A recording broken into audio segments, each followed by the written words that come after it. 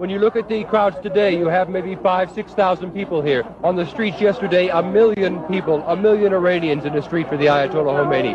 Does that not give you concern? Does that not make you afraid? Because they are afraid, yeah, that's right. And most of the people don't say anything because they are afraid. And they are in silence, you know, they don't say anything. Is this the silent majority of Iran out here now? Yes, that's right. Do you want the Shah to return? Yes, Shah return to the country. What about you,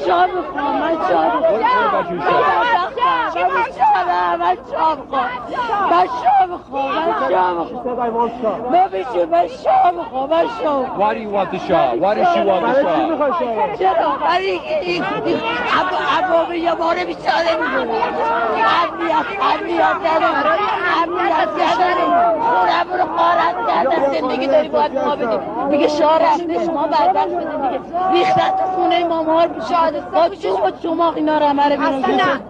ما شاه میخوام ما بیچاره شادی کشتنش حلاله کجای قرآن گفته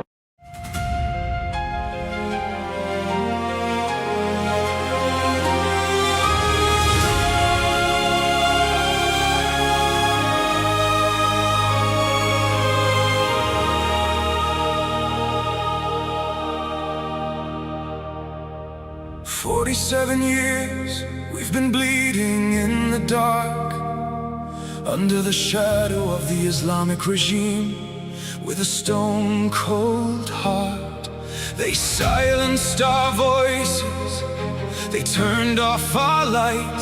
58 days without internet, but we still fought the night. Our children took the streets, they raised their empty hands, and the world looked away. Do you understand? Do you know Europe? Do you know what's been done? Do you know Europe? 42,000 souls are gone, killed in 2 days by a regime drenched in blood. Do you know Europe? Or have you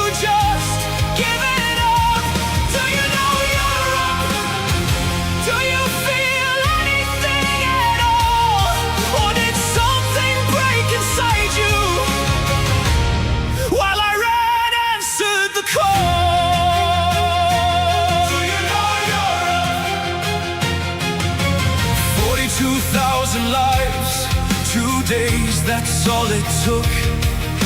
Mothers and fathers and sons, did you even look? We stand with Crown Prince Reza Pahlavi, our hope and voice. Millions behind him marching, he is our only choice. He only fights for freedom, democracy and human rights. But you mock him in your chambers while he fights for our lives. To pull us out of this darkness, this century-long night, while you sign deals with our killers and call it diplomatic right. Do you know Europe? Do you know what's been done? Do you know Europe? They hang 60-40 souls one by one, hanged within 4 months by a regime drenched in blood. Do you know Europe? Or have you just given up? Do you know Europe? Do you feel anything at all? Or did something break inside you while I ran answered the call? Do you know Europe?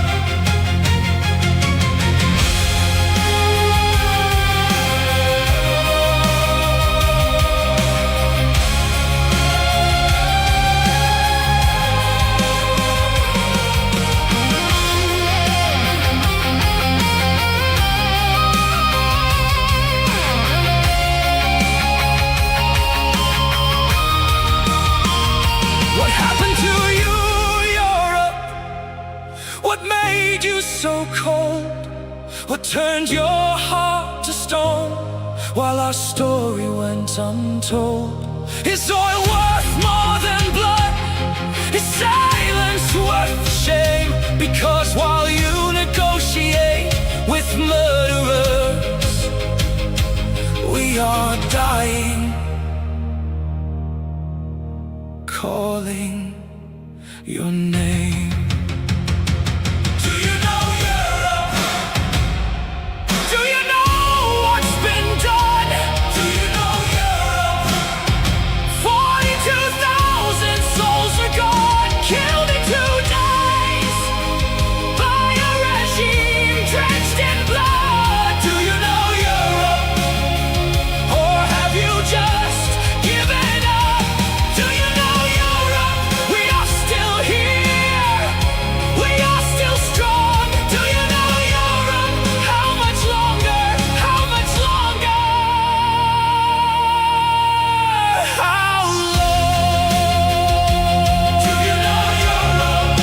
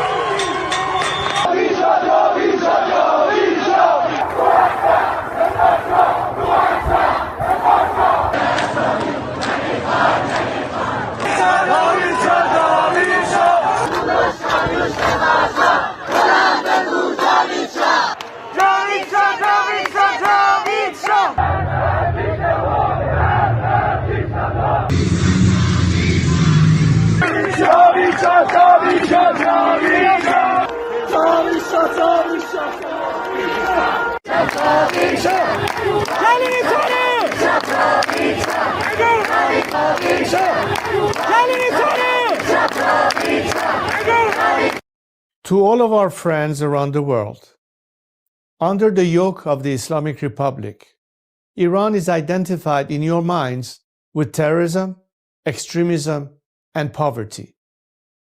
The real Iran is a different Iran, a beautiful, peace-loving, and flourishing Iran.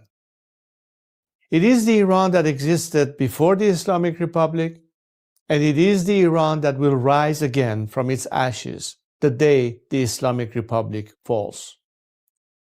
So let me be clear about how a free Iran will act towards its neighbors and the world after the fall of this regime. In security and foreign policy, Iran's nuclear military program will end.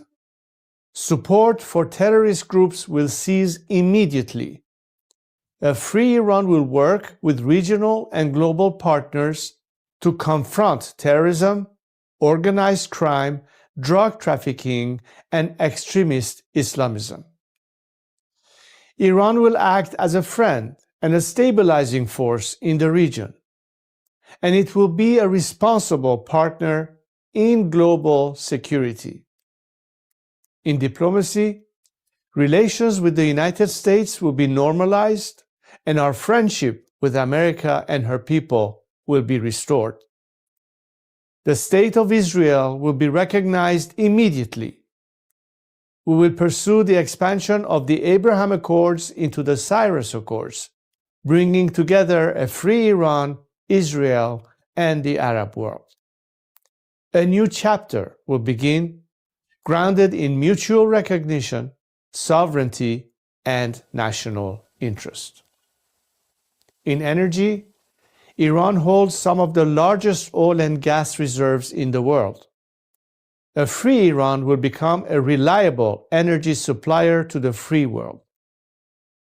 Policymaking will be transparent. Iran's actions will be responsible. Prices will be predictable. In transparency and governance, Iran will adopt and enforce international standards.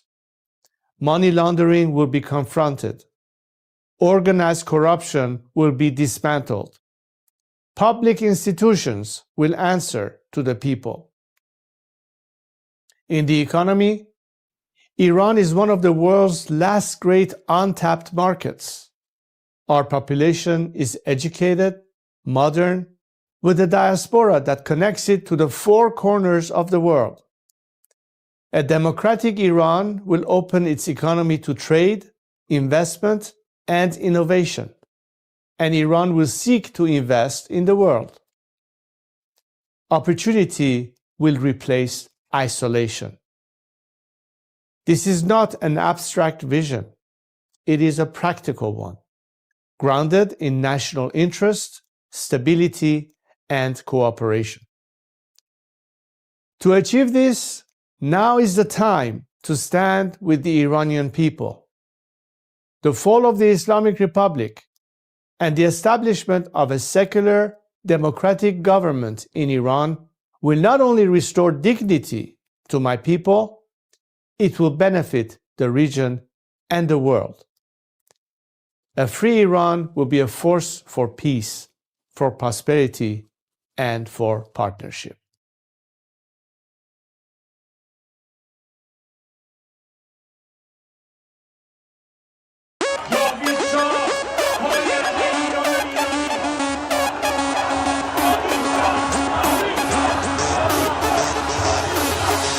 وقتی واسه غم نی گرچه قصه هامون کم نیست همه خسته این قبولم ما فرصتی واسه ماتم نیست روشن میشه فردا خورشید سرزمین ما سرم باز و سینه سپر بلند میگم جاوید شاه وقتی واسه غم نی گرچه قصه هامون کم نیست همه خسته این قبولم ما فرصتی واسه ماتم نیست روشن میشه فردا خورشید سرزمین ما سرم باز و سینه سپر بلند میگم جاوید شاه روبروم یه واژه یه هدف به نام انتقامه پشت سرم دعای مادر و تو دستم تفنگ بابامه. رو زبونم اسم شاه بگین این عشق بی انتهاست. هر جا اسم ایران اومد اونجا صدای بچه رضاست. فردا می نویسن تو کتاب قصه دیمار. بگو با تیر جنگی کشتن بچه های بیگناه رو. بگو از بخت مادرها شیر زنا و دخترامون. بگو تنها شهید شدیم تا تنها نمونه شامون. وقتی واسه غم نی گرچه قصه هامون کم نیست. همه خسته این قبولم ما فرصتی واسه ماتم نیست. روشن میشه فردا خورشید سرزمین ما. سرم باز و سینه سپر بلند میگم جاوید شاه. وقتی واسه غم نیست گرچه قصه هامون کم نیست. همه خسته این قبولم ما فرصتی واسه ماتم نیست. روشن میشه فردا خورشید سرزمین ما. سرم باز و سینه سپر بلند میگم جاوید شاه. وقتی واسه غم نی گرچه قصه هامون کم نیست. همه خسته این قبولم ما فرصتی واسه ماتم نیست. روشن میشه فردا خورشید سرزمین ما. سرم باز و سینه سپر بلند میگم جاوید شاه. سلام من به تو یار قدیمی، منم همون هوادار قدیم. سید سلام، چطوری مرد کلی کتلت شدین دایی بدون مدرک. سلام بسیجی قهرمان رفتی پیش توسی با پنیر و یه نون سنگک. سلام به محفل قرآنیتون، سلام به مدیرای بحرانیتون، سلام به حاجی اکبر و طوله هاش و خارج و رفقای ارگانیتون، سلام به دزدای پول ملت که تش میفتین توی تور ملت. سلام به همه شما کرکسایی که دارین نونتون رو میزنین تو خون ملت. ساکتش زیر دست و پاک و تک بخورین حالا هی به یه بادکنک بدوین. سلام آخر تو زندان باشه وقتی قرار به این آب خنک بخورین. مرگ بر ملا متولی ننگ در دنیا. ننگ بر دوتا مجاهد چپی بعد از ملا. مرگ بر ملا متولی ننگ در دنیا. ننگ بر دوتا مجاهد چپی بعد از ملا. اینو بگذاریم به خاک میرسیم، تجزیه طلبی که به خاک بیرسیم. ایران مردمش وطن پرستن، از کرد تا بلوچ بری به فاک بیرسی. توف به هر چی مرسی است، توف به هر کی در پی تجزیه است. توف به لوی و همونی که شیفته ی گل ملیگرا تو وطن خدا نسلی هست. سر کردستان همه برپا شدن، بلوچستان فدای مهسا شدن. شم واحد که شیر و خورشید ما بقی جعلیا تنها شدن. شادی باشه واسه همه در میهن، کور بشه چه شهر چی اهریمن. رخه رو بگی تا اون 6 کلاس سواد و خبرگان و مجد سری ترجیحن. شبهای عروس و دامادی باشه برن سلامتی نوش کنن آبادی باشه. لحظت کجاست میدون شهیاده به سمت اتوبان آزادی باشه. سلام به نسل ندید پدیدا، نبودیم ندیدیم قدیمتی ما. شاه بود تو شادی کل میزدین، حالا شاه بر میگرده پیک میزنین.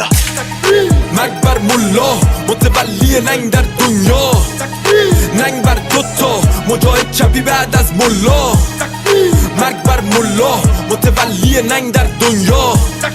ننگ بر دوتا مجاهد چپی بعد از ملا. مرگ بر ملا متولی ننگ در دنیا. ننگ بر دوتا مجاهد چپی بعد از ملا.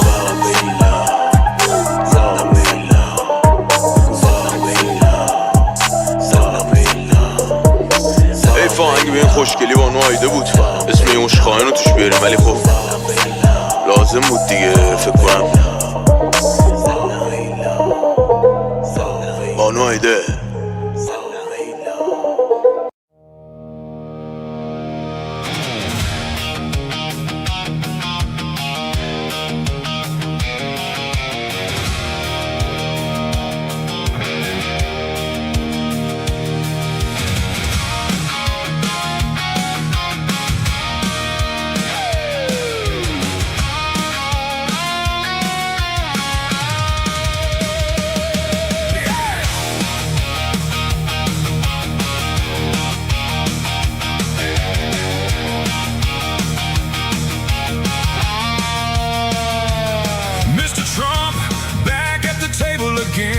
Talking of peace, but you know how it ends.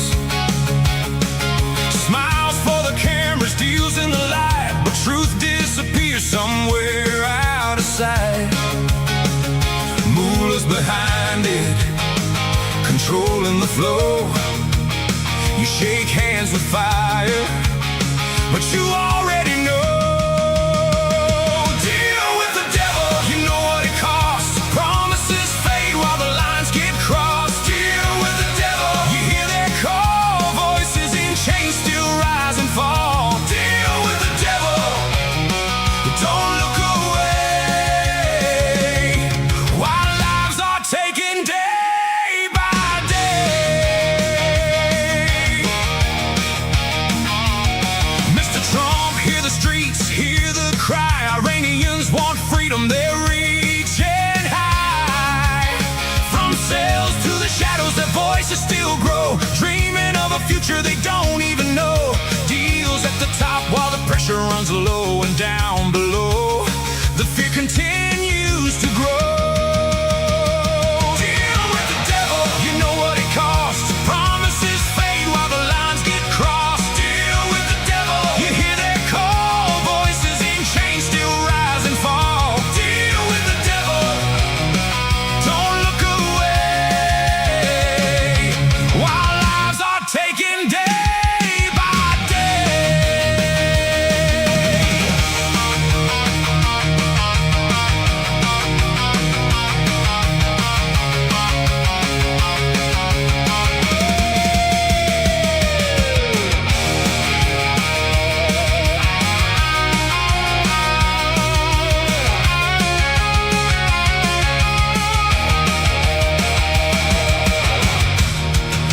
Mr. Trump, now the moment is real. Reagan or Obama, pressure or deal.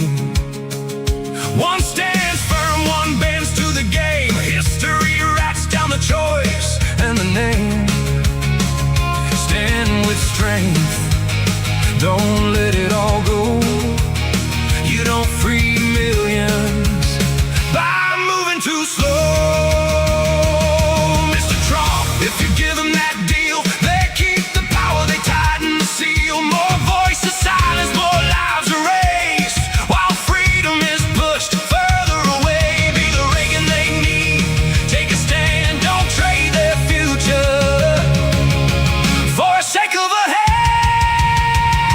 Deal with the devil, you know what it costs. Too many lives already lost. Deal with the devil, you hear their call. Iranians fighting, they won't let it fall. Deal with the devil, don't look away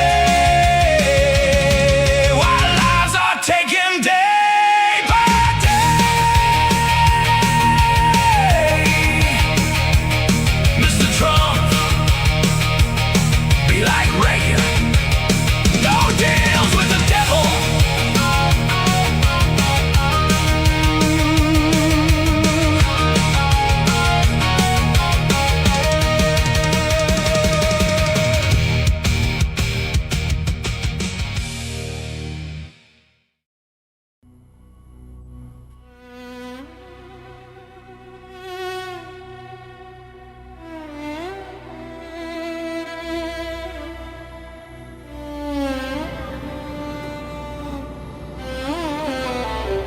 Let's go.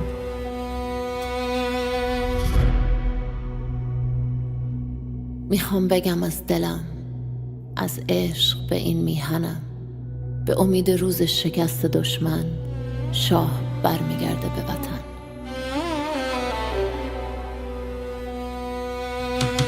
برگشتن پهلوی، وحشت هر اجنبی، بلند بگو همشهری، شاه رضا پهلوی، نظام رسیده پرتگاه، بلند بگو جاوید شاه، برگشت شاه به میهن، دوای درد وطن، این آخرین نبرده، پهلوی برمیگرده، داره میاد پهلوی، زجه بزن سید علی، راه نجات وطن، پهلوی هموطن، ایران میشه گلستان، شاه که بیاد به ایران، ایران که شاه نداره، حساب کتاب نداره، آخون باید گم بشه، توپ تانک فشفشه، گم شو بیرون اجنبی، داره میاد پهلوی، فریاد بزن جاوید شاه،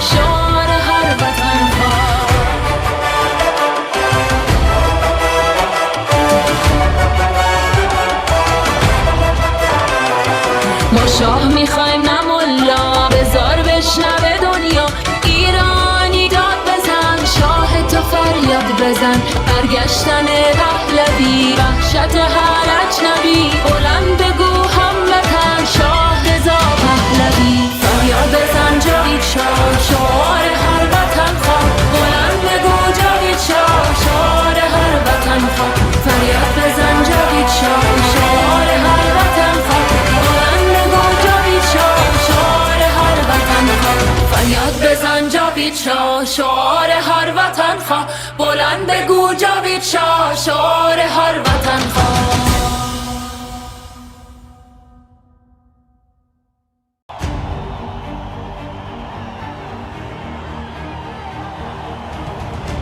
Look at us here today. We see so many flags representing so many nations. We know we are not alone, and we thank you for being with us. For all people around the world who stand today in unity with the Iranian people, this is not just because it's good for us, and you do it out of compassion and care for our rights to liberty and justice and equality and human rights. But understand that it is in your best interest too, to have, unlike this regime that has been propagating terror and radicalism, we the people of Iran are peacemakers and not warmongers. We like to be friends, especially with the free world.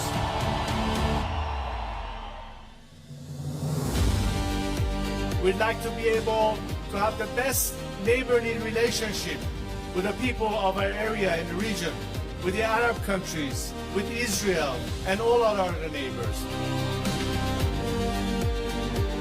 We are fighting for justice, we're fighting for human rights, we are fighting for liberty, we're fighting to put an end to all sorts of discrimination. Because as an Iranian, I stand here to tell you that I've dedicated 47 years of my life because I think that my country deserves far better than what we have right now.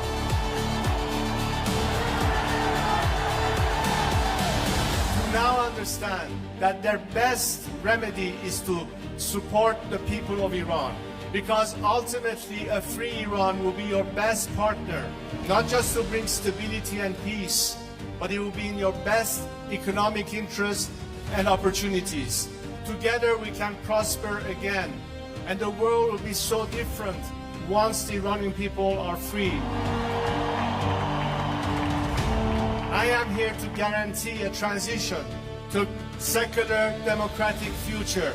I am committed to be that leader of transition for you, so we can one day have the final opportunity to decide the fate of our country through a democratic, transparent process, through the ballot box and free elections. And let's make sure that this time, especially the free nations of this world and their governments, stand on the right side of history.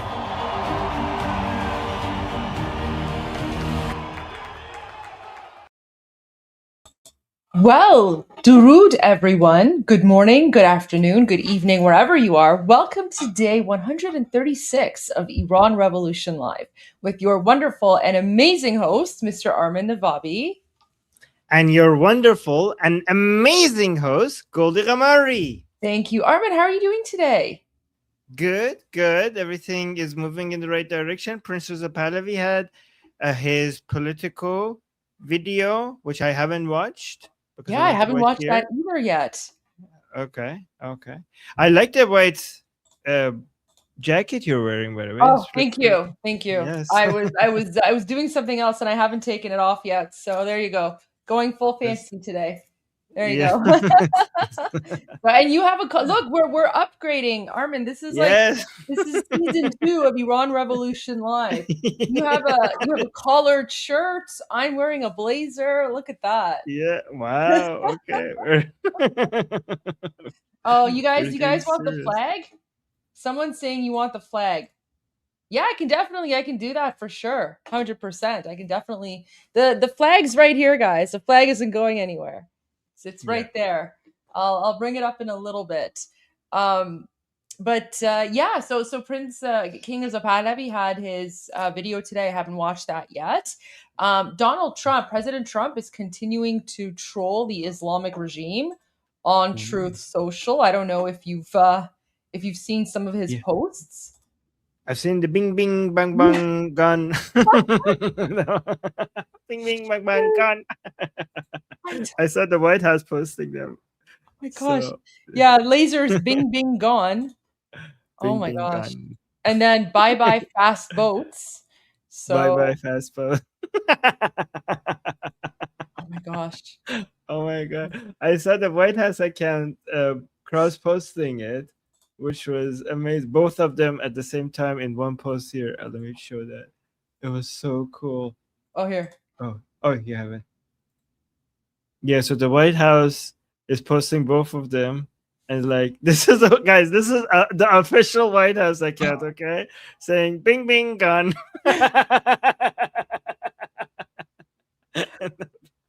So, like, all right, back to you. No, that's yeah, I was going to show the same thing. It's bye-bye fast boats and lasers, bing, bing, gone. This is the, yeah. This is the timeline that we're living in right now. So, right. And Armin, this is funny, but I have a feeling that these are tongue-in-cheek comments. So I have a feeling that this is actually what's happening in that area right now in the region. Obviously, we're not seeing like lasers like this because I don't think it's Star Wars, but Israel has lasers. That's true. Israel does have lasers. Yeah. Yeah. I mean, who knows? Maybe this is a secret technology that the United States has that we don't know about, and maybe this is President Trump announcing some new secret weapon that the Americans have had. So there you go. But yeah, all right. Do you have the full video from King Reza Pahlavi? Yes. All right, let's go to that. Yes. Okay. Yeah, I didn't. Usually I watch these things live, but I didn't watch it because I wanted to watch it with all of you on Iran Revolution Live. Oh, guys, see? This is great. Goldie didn't want to watch it without you guys. All right. Fantastic. So let's watch this. A chance. Of course it should. But oh, wait. Why doesn't this start at the beginning? I saw this is 35 minutes. I thought this is from the beginning. Let me... Is there another account? Sorry. I thought I had it. I'm sorry. I failed you. That's okay. We'll find it. Yeah, okay. I'm just kidding. Let me see.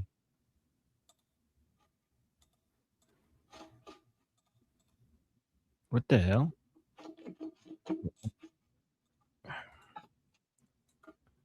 Okay, political going down. This was recent. Wow, they post a lot. I searched on YouTube. There wasn't a link on YouTube. Do you want me to play what I have while we look for that? The 35 minutes that I have? Or should I just go find from... So let me see what they have here. The hell? Where is it? 20 hours. Why is that not video from the very beginning?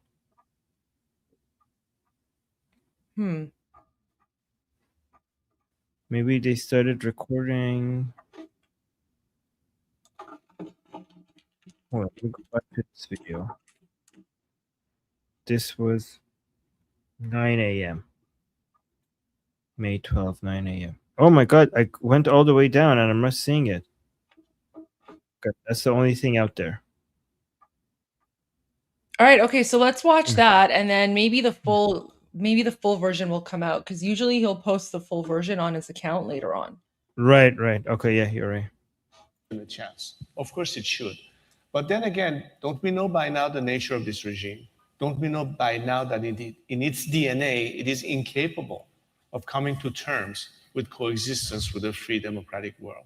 It has as a mission to export an ideology. It is doing so by means of its proxies. And by the way, the proxies are not just limited to the Middle East. It's not just about Hamas or Hezbollah or the Houthis. They have networks and sleeper cells operating on European and Western Hemisphere soil, including the United States. They are using these elements to radicalize people, to brainwash them, to provoke even more anti-American sentiments here, and same thing in Europe, targeting various citizens of various countries on their own soil. This is part of the problem when you're dealing with this kind of regime. It's not just a menace to its own citizens. It's not just a menace to the regional countries. It is a menace to the entire free world. And therefore, when we say that now that you have a wounded beast, this is not an opportunity that you should let go. This is an opportunity to finish the job and get it over with. This is, I think, what is the expectation, not just millions of Iranians, but I think many countries in the region who now understand that there's no way possible to deal with this regime. So to that point, I mean, the president has been giving signals that he doesn't want to escalate. He says he wants to make a deal. But from what you've seen and what you know of this regime, do you think that the U.S. should make a deal with Iran right now?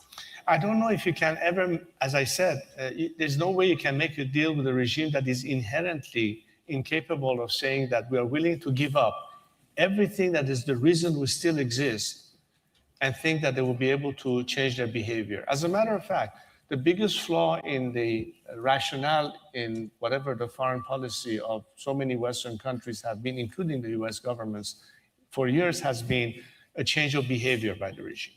In fact, when the sanctions began to be imposed on the regime in Iran, was with the aim of forcing them back to What? What was that? I don't know, but they muted it.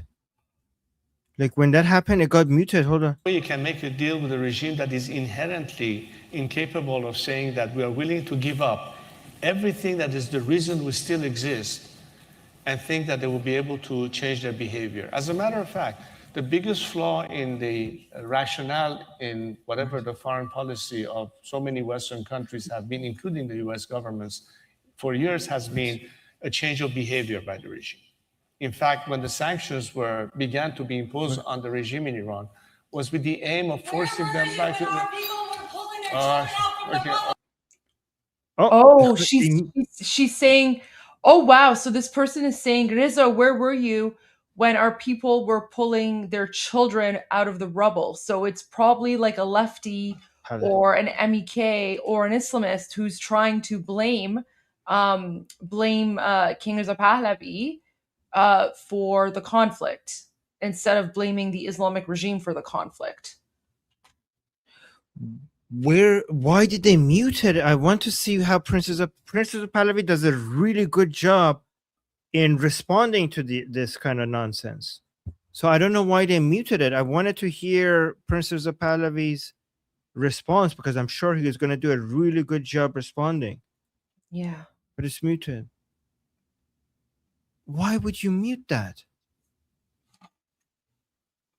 Oh no. Explaining that for years, the attempt of appeasing the regime was the overall strategy of many governments. But appeasement has failed, and as a result, we've seen that the regime was to some extent emboldened. Previous administrations allowed the regime to have access to billions of dollars that they obviously did not spend on the people of Iran and their needs, but to further strengthen their proxies. All of that brought us to a point that it escalated the situation that conflict became inevitable. Yeah, I mean, given what's going on in the Strait of Hormuz and how the president has been navigating the diplomacy in the last few weeks, do you think there's risk of that appeasement and emboldening Iran right now? If you believe the fact that there still exists such so-called moderate elements that you could deal with, you're falling back in the same trapping that the regime has laid out for decades. It makes you think that there are some elements that are more manageable and more reasonable that can be dealt with. The problem is that such a thing doesn't truly exist. They're just people that ultimately are there to preserve the system. And yes, the regime has been weakened, but it's the radical elements that are the most elements in charge. And if there are any so-called moderates, which I don't believe they are, they really don't have a big role to play. So therefore, you're facing now a system that has become a de facto paramilitary dictatorship. It's the IRGC that controls ultimately everything. So do you want to calling the see, shots. do you want to see US boots on the ground at this point? I think that the best way to articulate this is to say that, and that's something that we have said, that the boots on the ground in Iran are the Iranian people themselves. We don't need to have foreign troops doing the job for us. But in order Armin, for that's people what, to be emboldened and this is what King Reza Pahlavi has been saying for a very long time, that you don't need boots on the ground because the Iranian people are the boots on the ground. And this is in line with what Mark Levin has been saying as well, and also Senator Lindsey Graham, Secretary of State Marco Rubio, and even Senator Ted Cruz have all been saying this as well. Which shows that they must be in talking to each other. Yeah. On this topic. Yeah. Exactly. I mean, it's the this, and also well, Prince Reza Pahlavi hasn't been talking about this yet, and I know why. But also arming the Iranian people is also becoming a hotter and hotter topic, right?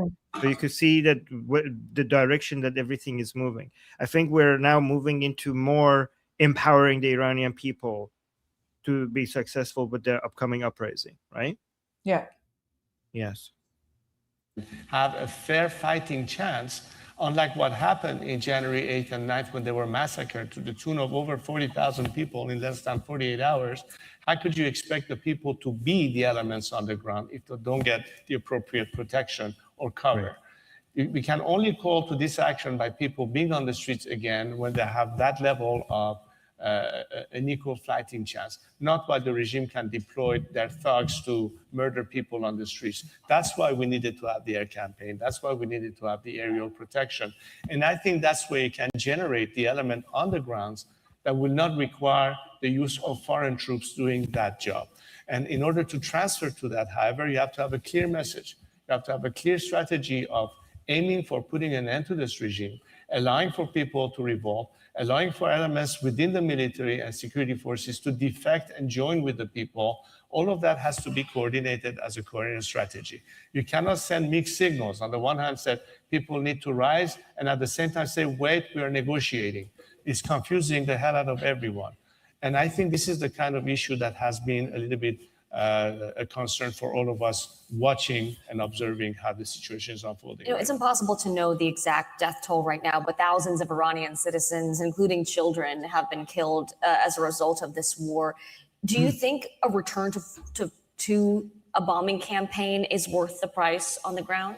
Look, hitting the regime where it hurts is the infrastructure that the regime is using against its own citizenry. The targeting that we saw was clearly an element that aimed at neutralizing elements that. So, guys, I know she's asking. When you say, I know some of you getting upset by that question, but she's asking it to have that answer out there. Like, she's not as bad as those other people that you think. Like, it's important for Princess Pahlavi be given the opportunity to give the proper response to these so that everybody knows what the proper response are. The regime would use as elements of coercion or repression of its own citizenry. Obviously targeting the intelligence apparatus of the state, the IRGC or anything attached to that. This is exactly what the people were, in fact, happy to see happen. You know, people are smart enough to know the difference between being attacked as a nation as opposed to the regime being attacked. Yes. And clearly that campaign was not an attack against the nation, it was an attack against the regime, which was necessary. Do you think there's any risk, though, of radicalizing some in the Iranian population against the U.S. and Israel as a result of That's these not attacks? what we hear inside Iran. In fact, again, one of the reasons the regime wants a total internet blackout is that people like yourselves won't hear what the people in Iran actually have. This is actually the perfect response to this question, right? So if you're saying, like, what if the Iranian people are moving away from the regime? What, like, moving towards the regime? They're becoming supporting the regime. What if there's a rally around the flag effect? The best way, see, this is why Princess Pahlavi is good to ask him this question so we have the response. The best, because you could claim things, And people are like, okay, that's your claim, but you're so anti-Islamic Republic. How do we believe you? The best thing to point out is the internet blackout, okay? Because it's obvious that if the regime had the support of the Iranian people, they would want the world to know it. They would not cut the internet because cutting the internet would not benefit them. The only reason why you would cut the internet to silence the Iranian people is if the Iranian people are not on your side and what they say would be against you. So that's why it's good not to just claim these things like, oh, the Iranian people are not supporting the regime even after the military operations. That is true, but what is the evidence? The evidence is the internet blackout. The evidence is the internet blackout. That proves that the regime doesn't want you to hear from the Iranian people. That proves that the Iranian people are against the regime.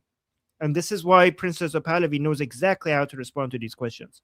Have to say about this. The narrative is controlled completely by the regime, and that's what it's trying to push, whether it's the mainstream media in the outside world, to lead you to believe that people are in fact rejecting that intervention. It's actually quite the opposite. Of course, there are some elements that are affiliated with the regime that will take a contrary viewpoints, but the majority of the Iranian people look at this as a liberation campaign. Oh, by the way, guys, we have new reports. Confirmed reports, that the Islamic Republic is offering internet to people who come with a picture of Mujtaba Khamenei into the streets and participate in protests. That is a new form of payment for showing up to protests. They're saying to people that if you want access to internet, you have to post pro-regime propaganda in order to get access to internet. Yeah. Exactly. Okay. What that is, yeah, exactly. That is sick and pathetic. You guys are right in the chat. Imagine the circumstances during the Second World War. Imagine you were a French person who was living under the occupation of a Nazi regime. And when the Allies disembarked on the British of Normandy, that was a campaign for liberation of a country that would otherwise have to face Hitler and his regime. In this case, we are dealing with a regime that has from the very beginning taken our compatriots as their first hostages and have kept them behind bars.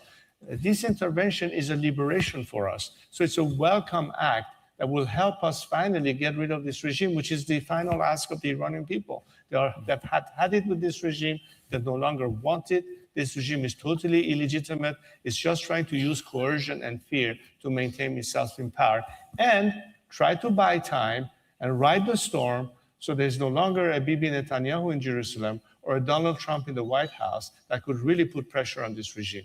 That's why tactically they're just trying to buy time, and that has always been their modus operandi in all these years. The strikes, unfortunately, have not exclusively hit the regime and the regime's infrastructure. There's been reporting that hundreds of civilians, including 200 school children, were killed in a single strike. President Trump has also threatened to destroy Iran's civilian infrastructure and, quote, wipe out Iran's civilization if the Iranian government didn't make a deal. Do you think that kind of rhetoric is appropriate, even as a negotiating tactic? No, it's not, because again, it's part of sending the missed signal. Are you here to liberate us or further hurt us? What hurts our nation is its, of course, civilian infrastructure. What helps us is when you hit the regime and its infrastructure. I'm trying to separate the two from each other. And yes, nobody likes to see victims. But then again, the regime has been using people. Hey, don't interrupt. Don't interrupt. Let the answer. Oh my God. Like, what? That's so rude.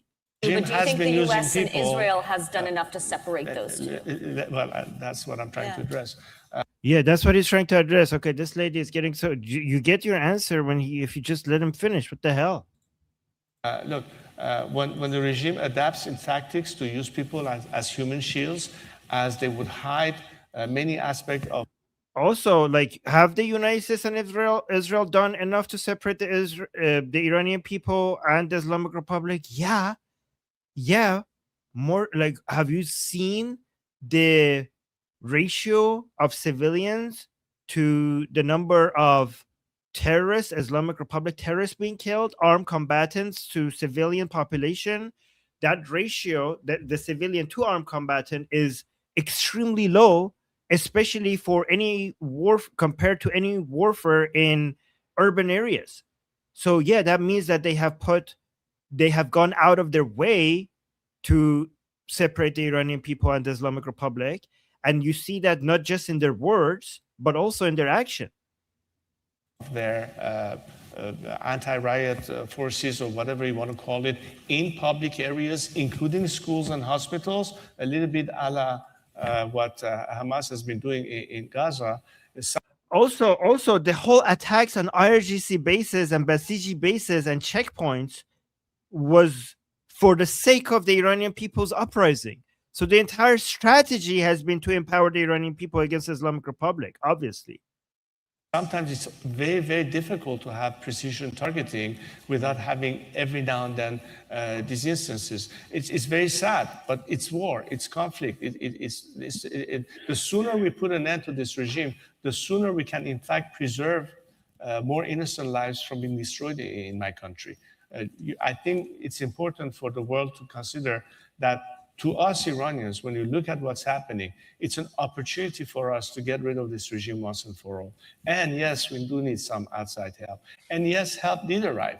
And the campaign that was led both by the Israelis and the Americans, but to that extent successful to at least hurt the regime and diminish its capability to counteract about the people. Is it enough to solve the problem? No. And I think that's where we are saying that rather than thinking that this time you can come to terms with this regime, you might as well get rid of it once and for all and liberate yourselves from all the threats that it represents to you, but also at the same time help us regain our freedom. So, you know, yeah, guys, when the Americans were liberating France from Nazi Germany, some French people died. Unfortunately, they died. Some innocent French people died under, American military operations. This is like this puts Princess of Pahlavi in a very difficult position because that's just the reality. But saying it makes it, people could clip that and make it seem like he just doesn't care about Iranian people's lives. But that is a reality. It's unavoidable. You have to. The evil that is the Islamic Republic by far is so much more costly to the Iranian people than the collateral damage during these military operations. At this point, President Trump has sort of backed away from the idea of regime change. But I had Leon Panetta, U.S. Defense Secretary under President Obama, on the conversation last week. He told me that he doesn't think this war can end without regime change. And while the regime has been weakened by the death of Ayatollah Khamenei and other IRGC leaders, it is still in place. I mean, do you think that regime change is a real possibility at this point, given how much they've shown they can survive? And of course, it is a possibility, but more than a possibility, it is a necessity. That's what we need to really stress here. And yes, in this town, regime change has gotten a bad name. Why? Because, of course, it was poorly implemented elsewhere. Example, Iraq and Saddam Hussein's de-Baathification. This is certainly not the scenario that we are professing. Just because it was poorly handled elsewhere doesn't make the concept wrong. It is still a necessary step to be taken. And contrary to what we saw recently in the Middle East, what we are calling for is a smooth and stable transition beyond the regime to an ultimate secular democratic outcome. For that, we have a plan, we have a strategy. I have developed this on a 5-pronged basis. It continues to be an element of maximum pressure on the regime, maximum support for the Iranian people, maximum defections within Iran, and of course, part of it is the Iran Prosperity Project that addresses exactly what happens day one after the regime collapses. So you're not faced with chaos. There's no vacuum to worry about. It can be filled. I'm not getting into details here because it's quite comprehensive. But basically, that means that there shouldn't be the concern of, well, can the situation get worse? Are we going to face a chaotic situation? No, but for that, we need to assure whoever is looking at this, including here in the US, what it would mean to have regime change in Iran, how it can happen, what are the mechanics for it? Yeah, I want to get a little bit more into the mechanics because, you were a big supporter of the widespread anti-government protests that led in part to this moment in Iran. At one point, you told Politico that more than 50,000 of more than 50,000 members of Iran's security forces and government had contacted you to defect from the regime. Where are those 50,000? It doesn't seem like there's a real internal opposition at this point. Well, therefore, the time of the uprising. That's Yeah, what I like, think. why would they come out now and be like, hey, Yeah. like we're part of the defected forces. Hey, Yes. we're here. Like, why would you say that in an authoritarian dictatorship where that would actually get you murdered? Yeah, come kill us before we could be useful. What the hell? You know what it is? It's that people, and I guess, you know, through no fault of their own, I guess, because a lot of people don't have experience living under an authoritarian dictatorship. They just can't. They have difficulty wrapping their heads around the fact that there actually exists a place where you can be killed just for saying that you don't agree with the government, with those in power, right? It's very difficult for a lot of people to grasp that fact, right? Like, unless you've lived it or experienced it, it just seems it just seems unimaginable. So she's asking a lot of these questions, coming from a place where she's assuming that Iran is like a normal country and not a brutal totalitarian dictatorship where you have zero civil rights, zero human rights, and you can be killed at any moment for any reason or even for no reason whatsoever, and nothing will be done. Yeah. Yeah, they don't have the frame of mind to be able to think about this properly. You're so right. Exactly. Well, of course, I think that's the opposition inside Iran is quite diverse and quite united. And in fact, when a call to action on January 8th and 9th came, in all 31 provinces of Iran, people rose and came to the streets chanting the same slogans and as unified as ever. But where are those regime defectors that you talked about? Well, obviously, these are people who are waiting for the opportunity to peel away. It goes back to my previous point when I said, if you're sending mixed signals, okay, let me put it this way. Imagine you are a high-ranking member of the Iranian Artesh, which is the military, or maybe their counterparts within the IRGC. And you know that this regime days are numbered. You don't want to go down with the ship. You don't want to face the consequences of having to account for it one day towards the Iranian people. Some of them who don't have their bloods on their hands want to survive regime change. That's in fact part of our calculation, giving them amnesty, giving them the possibility to survive regime change so they don't have a fear of what will happen to us next. So looking at them as a solution as opposed to a problem to face. But then they would be hesitating if one time they say, well, what if we expose ourselves? What if we were to commit to join with the opposition?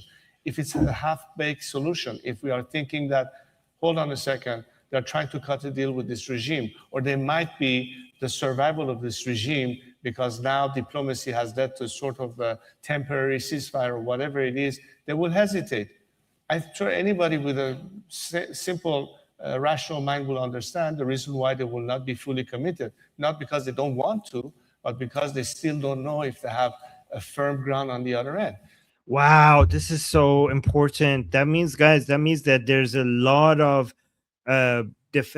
people who want to defect, but because of the negotiations right now, they're not sure if this is if the toppling, if they're going to the toppling of the regime is happening, or if this is actually something that is going to go through or not.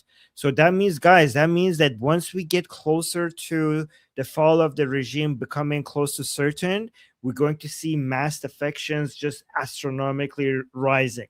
The main Princess of Pahlavi is confirming that the main thing that is making many of the people within the Islamic Republic hesitant is the uncertainty. It's not a lack of wanting to defect, is them being hesitant because they don't know if this is for sure or not. Interesting. But if the message is... By the way, his example, when he said high-ranking official within the Artesh, and then also maybe his counterpart within RGC, to me suggests that he is in touch. His team is in touch with high-ranking officials within the Artesh. Not all of them, but at least some of them. You know what this is going to do, Armin? This is going to make high-ranking officials in the Artish and IRGC look at each other and point fingers and go, which one of you is it? Who is it? Ooh. And Goldie, also one reason that all the Artesh leaders haven't been targeted is because even if two of them are the people who are spies, by attacking the rest of them, you show which one of them are with us. So you should basically not touch all of them so that they can't basically figure it out. And right? exactly. And 100% I agree. But then also now with this statement, when you look at the boom boom bingo sheet, people are going to people are going to look at that and be like, okay, so like which one of these people is Pahlavi like speaking about, right? So the people who are left alive, right, they're all going to be looking at one another and they're going to be like, okay, like who is it? Which one of you is it? Right? Yes. So and we know it's Ghani, but do we? Yeah, I'm just kidding. It's our boy, of course it is. Oh my gosh. But yeah, you make a good point about the Artish, right? So if all of them were eliminated, let's say, except for the one or two that have defected, it would make it easier to point them out. So yes, interesting stuff. And this kind of, Armin, so what you said, your explanation, your theory, that lines up with what President Trump said a while ago recently, where he spoke about how they purposely haven't targeted the Artish because there may be some people who are more moderate within the Artish. And that lines up with what King Reza Pahlavi is now saying as well. Wow. Yeah, actually, you're right. That was just yesterday. You're right that President Trump said that. Okay. Clear that this time we're taking the regime down. The people of Iran will stand. You can now join with the people. You can now say. So, Goldie, some people, well, how would you respond to this? Because some people will listen to what Prince Reza Pahlavi is saying, and they feel a certain level of frustration with America's position on this. How would you respond to that? Like, he seemed like some people would perceive that he's upset that there's even any negotiations happening by the Americans with the Islamic Republic. I mean, I think ultimately we have to remember that President Trump is America first and will always act in the best interests of America. Prime Minister Netanyahu is Israel first and will always, act in the best interests of Israel.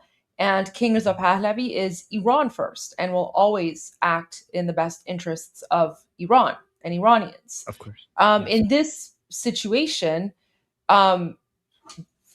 where we are right now is that politically, the interests of Iran, and by Iran, I mean the Iranian people and King Reza Pahlavi, the interests of the United States and the interests of Israel have all aligned, right? They've aligned on certain things, and they're the most important things. If there is any frustration on coming from King Reza Pahlavi, the frustration is based on the fact that the Islamic regime is murdering innocent, unarmed Iranians every day. And so this frustration comes from a place of wanting to protect as many people and as many lives as possible. So while I do think, everything lines up, if there is some frustration, I believe that's where it's coming from. It's coming from sort of the humanitarian aspect or angle of it, because King Reza Pahlavi wants to see the Islamic regime face justice for their crimes against humanity. I believe that some of the frustration as well is not necessarily because of the way that the United States is acting. I believe a lot of the frustration is also from European countries that have decided to take the side of the Islamic regime. And those European countries are actively working against the United States and Israel, making the job that much more difficult for the United States and Israel. So I think that's where the major source of frustration is coming from. And, that goes back again to that video message he put out to the European leaders and European journalists, because they were focusing more on, either the past, or they were focusing more on the United States and Israel, but they were not focusing at all on the Iranian people or what the Iranian people have been going through under the hands of the Islamic regime. And, we even see that today, like Emmanuel Macron is like, oh, like I'm meeting with Pezeshkian, or, whatever, like we're Oh my still God. seeing European leaders meet with and try to, appease the Islamic regime. And, they're calling for an end to hostilities and, diplomatic solution, right? So I think that's where most of the frustration is coming from. It's coming from, the obstructionist European countries. Oh, no, and not with America, not with America negotiating with the Islamic Republic. Not that much there, right? Well, I mean, I think we have to keep in mind the negotiation is not for the Islamic regime to survive. The negotiation is unconditional surrender or boom booms. Right. And again, I have a feeling the reason that these negotiations are happening is because there are other things happening behind the scenes. And I believe that it's because President Trump is working to make sure that Iranians are being armed and being trained. Okay. Fantastic. Thank you, Goldie. These are the things I wonder, and you clarifying it is really, really helpful. Yeah, So I've actually made a YouTube video about this exact thing, which I'll be like uploading later today once I'm done editing it. So. Oh, amazing! Thank you for Yeah. that. Okay. All right, let's switch this part. Defect and not having to worry about the regimes retaliating against you, that creates the opportunity. Now, we have cultivated these assets within Iran who have contacted us. Obviously, we have to make sure that their identity is protected, because if they're exposed prematurely, the regime will obviously eliminate them. So it's a very delicate process that we're talking about. And that is not just limited to the military and paramilitary infrastructure, that also includes the civil bureaucracy. We're thinking that the majority of the people currently functioning in the system should be part of the elements that post-regime collapse will continue to maintain the functioning of the state. So during that time, we can have the transitional government prepare the grounds for what will lead to the ultimate process. Do you think President Trump and the administration understand the argument that you're making? Have you been able to have any version of this conversation? Ooh, let's see what Prince Reza Pahlavi says to this. With them? Well, this is going to show the level of alignment that we have right now. I've been talking both to members of Congress and, of course, passing on these messages and ideas to the administration. I'm sure there are many people within the administration who understand a lot better what it is that we're talking about. Example, Secretary Rubio, who I've met before he became. Wow, guys, look at this. Prince Reza Pahlavi is confirming that within the administration, the first example that came to his mind where who understands, this is what Goldie and I have been saying, that Marco Rubio is the best politician within the United States with a deep level of understanding on politics in Iran, the Islamic Republic, and the Iranian people. And that's the first person that came to mind when Prince Reza Pahlavi was, as he said, within the administration, there are people who really understand this. And he mentioned Rubio. Wow. Okay, so see, guys, that we were on Iran Revolution Live. We were right about this. Secretary of State when he was a senator, who really understands what's at stake very well. So I'm sure there are many people within the President Trump's administration who understand or have a better understanding of what it is that we are suggesting. The focus right now has been, of course, what do we do, in terms of this negotiation? It doesn't look like the message back from Tehran is positive, at least based on what we hear is the response from the White House. But again, having said that, how long is this process going to be delayed? When is the deadline for it. And as a result of that, if there's no bargain, then what? Is it a resumption of the conflict? And then conflict with what aim? If the idea is to prevent America having to commit forces on the ground, reason more to now help the Iranian people so they can be the boots on the ground.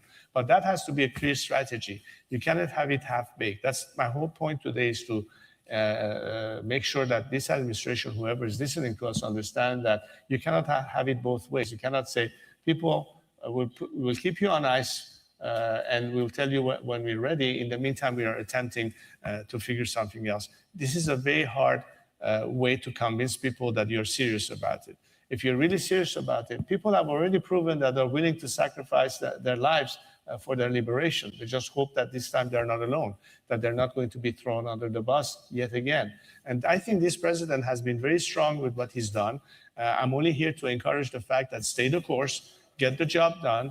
And I know that today it's not just the Iranian people, but I think there are many other countries in the region who have been facing the regime's retaliation, who understand that as long as this regime continues to exist, the problem will never be solved, irrespective of to what extent you think you would have achieved some kind of a diplomatic solution. I doubt that the regime will give up its nuclear material. I doubt they will put an end to their proxy support. I doubt that they will stop funding terrorism abroad. These are the kind of elements, as I said, that is part of its DNA. So So guys, that's very important, because from all the three things he just said here, the first one was the most important. When he says, I doubt the regime will give up its nuclear material, basically the nuclear dust, the 440 kilograms of 60% enriched uranium. That means that regime change is the only way. That means that Americans are actually much more aligned with the Iranian people, and the Israelis indirectly more aligned with us than many people assume, right? Because there's only three ways to get the enriched uranium out. Either the Islamic Republic has to bend the knee, surrender, and give up the enriched uranium, or the Americans have to go in and take it by force under very hostile, in a very hostile environment, or there needs to be regime change and the transitional government will cooperate with the Americans and take out the nuclear dust. There's only these three options. There's no other way to get it out. And the Prince, as we mentioned here, Prince Reza Pahlavi is confirming that the first option is very unlikely. That's what he said. The second option is also very unlikely if you understand the complication behind the military operations and the engineering operations required to take the nuclear dust out of from deep underground, underneath tons of debris and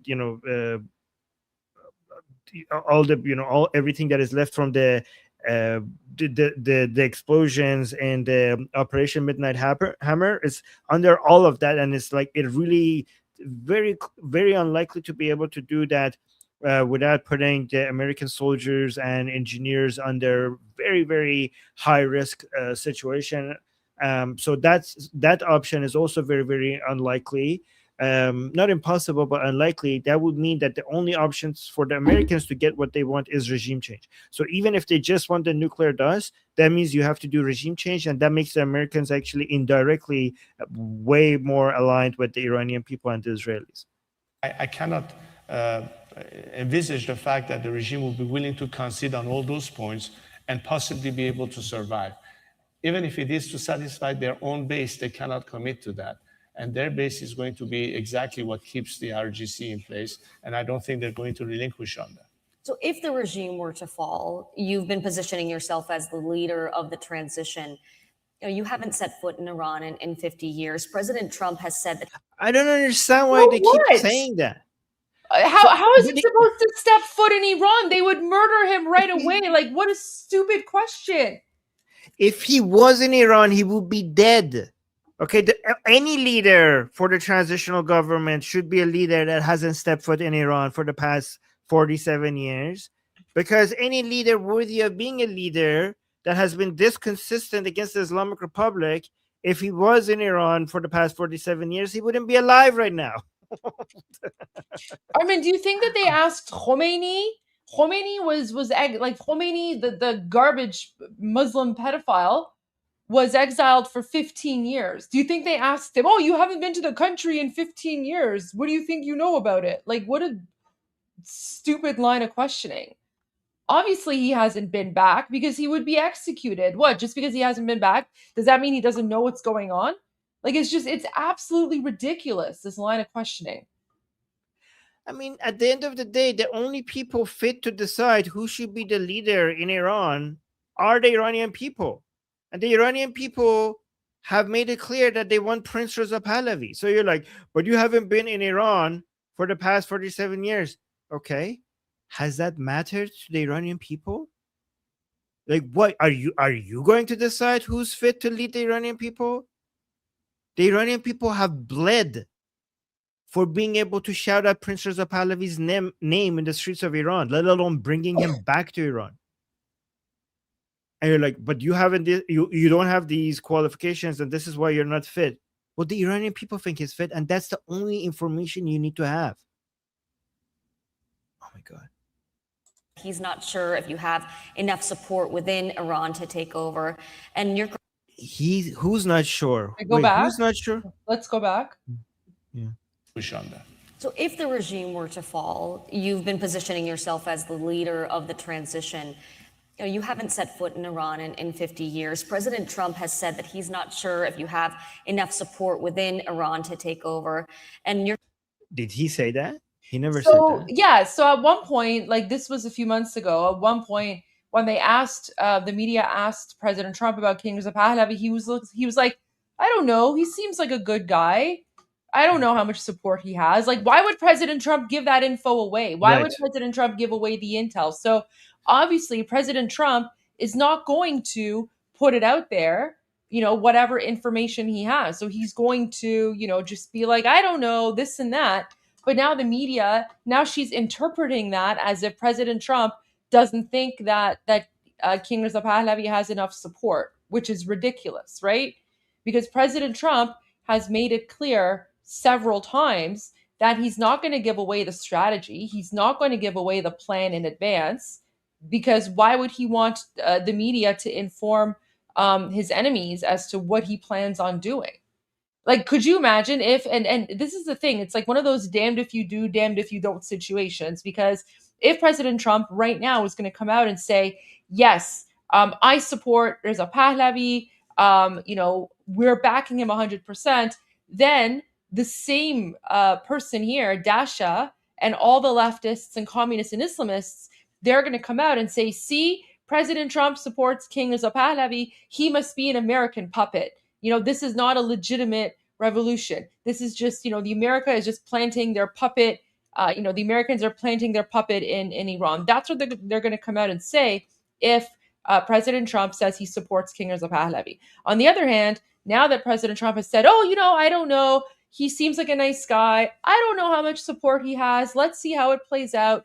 Now, those same reporters are taking it as if President Trump doesn't support King Reza Pahlavi, even though the answer that President Trump gave is the proper and correct answer. And in fact, if you recall, when King Reza Pahlavi was in Munich and Christian Amanpour asked Senator Lindsey Graham, well, do you support King Reza Pahlavi? Like, do you want him there? And Senator Lindsey Graham said no, because it's not my place to make that determination. It's up to the Iranian people to decide who they want, and we are backing the Iranian people. But the left, the fake stream media, they're taking those answers, they're taking that narrative, and they're spinning it as if to make it seem that King Reza Pahlavi has zero support in occupied Iran. That's what's going on. Yeah, and the quote, I think she's misquoting President Trump as well. Let me actually see what she said. The transition. You haven't set foot in Iran in 50 years. President Trump has said that he's not sure if you have enough support within Iran to take over. And you're going. Okay, so let me see. He didn't say he's not. He said, I don't know how he'd play within his country. I don't know whether or not his country would accept his leadership. That's what he said. And again, Goldie's explanation was spot on based on why that's actually we actually prefer that over President Trump coming out and picking a leader for the Iranian people, because it's not up to President Trump, it's up to the Iranian people. So that was the quote that I read. Critics say that you're being propped up by the American and Israeli government. What do you say to Wait, what? Wait, she answered her own question. Hold on, listen to this. Of the transition? You haven't set foot in Iran in 50 years. President Trump has said that he's not sure if you have enough support within Iran to take over. And your critics say that you're being propped up by the American and Israeli government. Wait, that's like self-contradictory. So President Trump President Trump said he's not sure about you, but you're also being picked by the American government. Isn't that example? Wait, isn't that Goldie? Am I losing my mind? Isn't that self-contradictory here? No, you're not losing your mind. That is 100% self-contradictory. Don't ask me to explain that question. I don't know what she's trying. I think she's just throwing random things out at him to try to see what's going to stick and what he's going to answer with, because that question makes no sense. Okay. Yeah, pick one. Which one is it? Is he getting do you want Trump to support him and he's not, or Trump is supporting him and that means he's being picked by Americans? So you can't have both criticisms at the same time, lady. What do you say to Iranians inside and outside of the country who want the current regime to fall, but don't see you as the next? What did he say to them? Like, anybody left within Iran that doesn't support him, first of all, they're the minority, and they are either with the regime or they are the enemies of the country because they're part of the leftist Islamic MEK alliance that are actually more anti-Pahlavi than they are anti-regime. In fact, I think they're entirely anti-Pahlavi, right? So we don't have much to say to them by this point. I think they don't want regime change. They want to just fight against Pahlavi. That is their priority. Leader. Well, I think that millions of people who answered my call are the living proof of the fact that I have tremendous amount of support within Iran. And again, as I said, the minute this internet blackout is lifted, you'll be able to hear exactly what the people in Iran have to say. As a matter of fact, right before the internet shutdown, my last messages were heard by the millions inside Iran. Just to give an example, on my Instagram account, the message that I sent had over 90 million views, and a couple of days later, it dropped to maybe 6 or 5 million. That's the people from within Iran responding to the message. So you can really map it and measure it that way.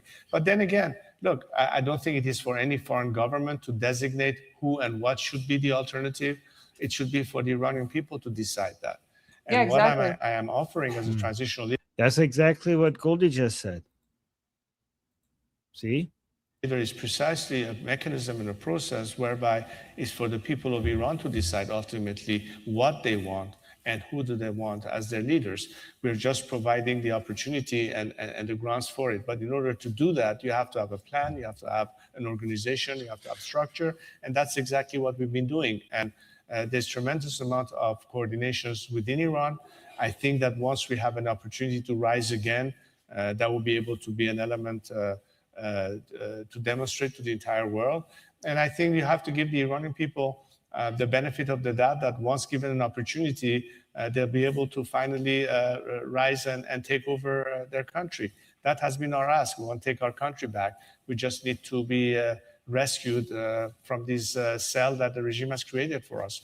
We are hostages to this regime, and sometimes hostages cannot free themselves without outside help. That's why we need the outside help. The rest we will do.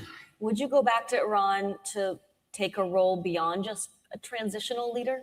Well, as I said many times, I'm not running for office, but I think the people of Iran have followed me for the past 47 years. They've seen that I've been always committed to the same principles and ideals, which has remained committed to. It's all about having a secular democracy, the democratic system replace this religious dictatorship. I think that Iran is a country that has proven throughout its civilization and culture how much it can contribute to the world, how much Iranians, unlike this regime, are aligned with the very same values that are often taken for granted in countries like the United States, the liberties that you enjoy here, and everything that we have that we'd like to have for ourselves inside Iran. It's an opportunity for us to make this happen. And all that is on my mind these days is that for a population of 90 million, and the majority of them are young, and in fact, most of the victims of the recent uprising are all in their late teens or early 20s. They are young people who are dying to have more than two ways. They're dying because they're sacrificing themselves, but they are dying to have the opportunity to finally breathe freely. This is what it's all about. It's something that puts us back on a way to flourish, to succeed, to progress, and to be part of the community of free nations, and the impact it will have regionally. That's why I say, when Iranians look at themselves, they say, as a culture, we are friendly to our neighbors, we are friendly with anyone. We have been a country that for centuries has been a true nation state, full of different ethnicities and cultures and religions. And this has been the Iran that I've known and that I grew up with. And it will be the same Iran, even better in the future, a country liberated from a singular doctrine and ideology that has discriminated against its own citizens from the get-go. Women were the first victim. Religious minorities has to flee the country. And there are over 9 million Iranian expats who are hoping to be able to return home and help rebuild our country. This is an opportunity for us. It's in front of us. But it's not just an opportunity for us as Iranians. It's an opportunity for the world to finally be rid of the biggest cancer we had to face for the past 4 decades and put an end to every threat that this regime represents. It's good for liberating a nation. It's good for America's national security. But it's also good in terms of economic advantages. Let's not forget, Iran is a country that for the past 50 years has been inaccessible by a variety of companies or industries in the West that could find another untapped frontier. Just in the first 10 years, we estimate that in terms of return and economic impact, over $1 trillion worth could be getting back into U.S. economy as a result of trade and business in Iran, and of course the opportunity it would create for us. All of that is at stake. There's no way you can do business with this mafia-like corrupt regime, and this is an opportunity that would be beyond liberty, beyond human rights, beyond democracy, beyond stability. Also a huge, huge economic opportunity that is going to be win-win for the people of Iran and in the interest of this country. I am also hoping to understand your perspective on some factions of your movement that have received some criticism. 2 people who support your cause were charged with the murder of Masoud Masjoudi, an anti-regime activist in Canada who was also a critic of yours. What? Those people were Islamic regime people that had infiltrated the Pahlavi, the pro-monarchy groups. Oh my gosh, what kind of garbage question is that? Wait, Goldie, can you explain to us? Yeah, let me bring it up.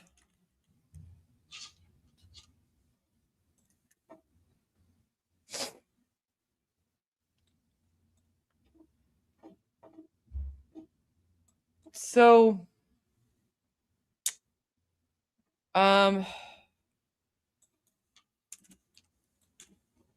so basically there was this guy in Canada, living in like BC or somewhere.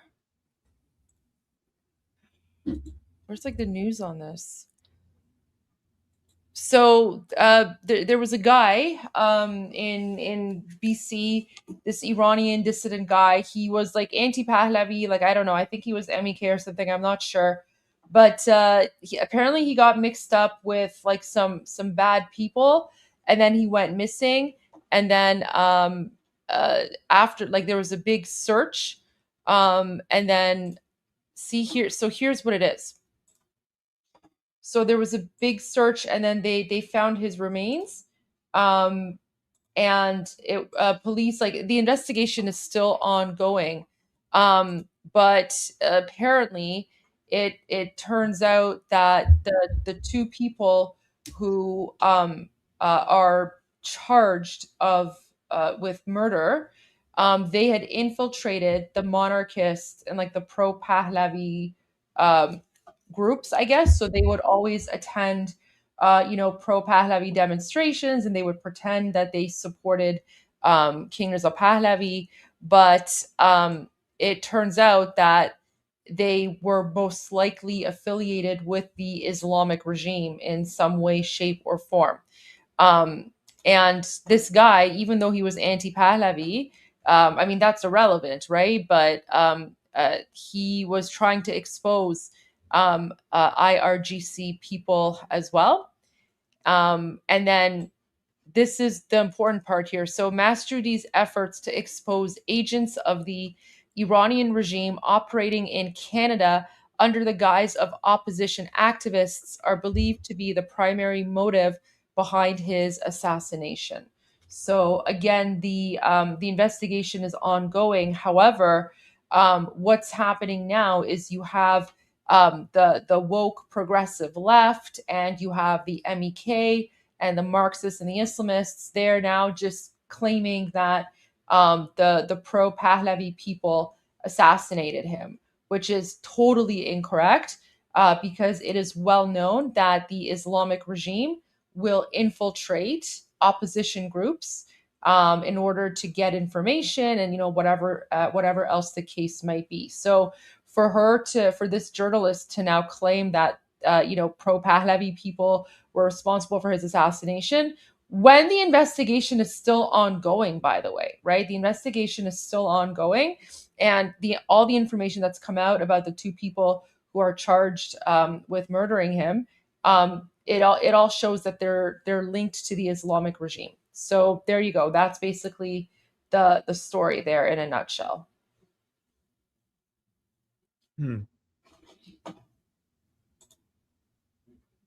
Even like I'm reading about this, and apparently he himself, Masjoudi, publicly alleged that the suspects that eventually killed him had ties to the regime. Yeah. Yeah.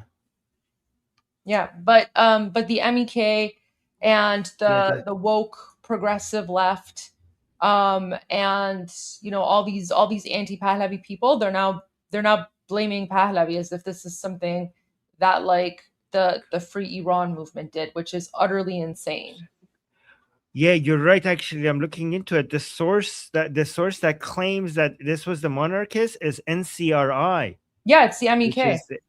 Which is the MEK. So this is the only source suggesting that the people who killed him are the monarchists is the MEK, and there's no evidence showing that. There's like zero evidence showing that. So we know who the suspects are, and even the own victim was saying that these people are regime people. So the victim was anti-Pahlavi, but he had identified the people who eventually killed him as regime people. Yeah. But it was only MEK trying to use this as an opportunity to try to. So wow, so this is not good research by Politico. Like they just trusted an MEK source for this. Let me see how she phrases this. Does she just assume this? That is going to be win-win for the people of Iran and in the interest of this country. I am also hoping to understand your perspective on some factions of your movement that have received some criticism. Two people who support your cause were charged with the murder of Masood Masjoudi, an anti-regime activist in Canada who was also a critic of yours. I want to be very clear that there is no link between you or your team and this alleged murder, but it does come in the context of a movement that has been. But you did say there are supporters of yours. I'm not seeing that. And there's no proof of that, because the source for saying that they're supporters of Pahlavi is the MEK, which is a Marxist Islamist communist terrorist group. Yeah, the only thing that the MEK is using to suggest that the people who killed him were pro-Pahlavi was the fact that the victim was a critic of Pahlavi. That's the only thing they have. But the evidence actually suggests that they are pro-IRGC. There's a IRGC link here. And Armin, I actually have concrete and solid proof that the MEK actually infiltrate pro-Pahlavi demonstrations for intelligence gathering and also to cause problems. So they will, like, like the Islamic regime in the MEK, they are constantly infiltrating pro-Pahlavi demonstrations, pretending to be pro-Pahlavi people in order to then, like, gather information or cause problems or whatever, and then pin it on King Reza Pahlavi. And I have solid evidence of that. I have like photo evidence of that. The photos that I Wow. took myself. Yeah. Amazing. Amazing. So it's something that you can't share, right? I mean, I Right won't now. share it if I don't have to. I mean, we all know that this is what they do, but I mean, I have photos. So if ever it came down to it, I could easily like share these photos to prove Okay. that MEK and Islamic regime infiltrate demonstrations. Right. Yeah. And we also had in Germany with the mass protests, we had those people who came and tried to disrupt the crowd.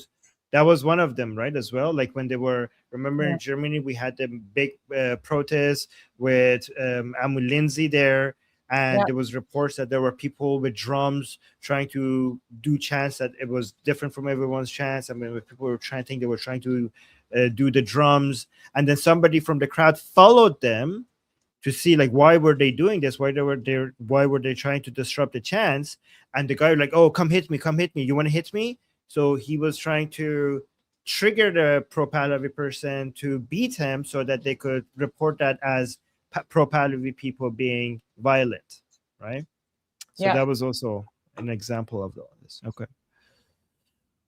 Okay, so guys, we will get to the super chats soon. Let me just finish this. Accused of some harassing behavior. Some Iranian activists have told Politico that they've been threatened, doxxed, harassed by your supporters.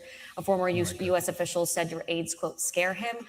Are those actions from your supporters hurting your... Guys, this is so bizarre because Prince Reza Pahlavi supporters have the best record of being peaceful. So obviously, among every group, they are the most peaceful one. So you cannot control everybody. You cannot expect everybody to be on their best behavior.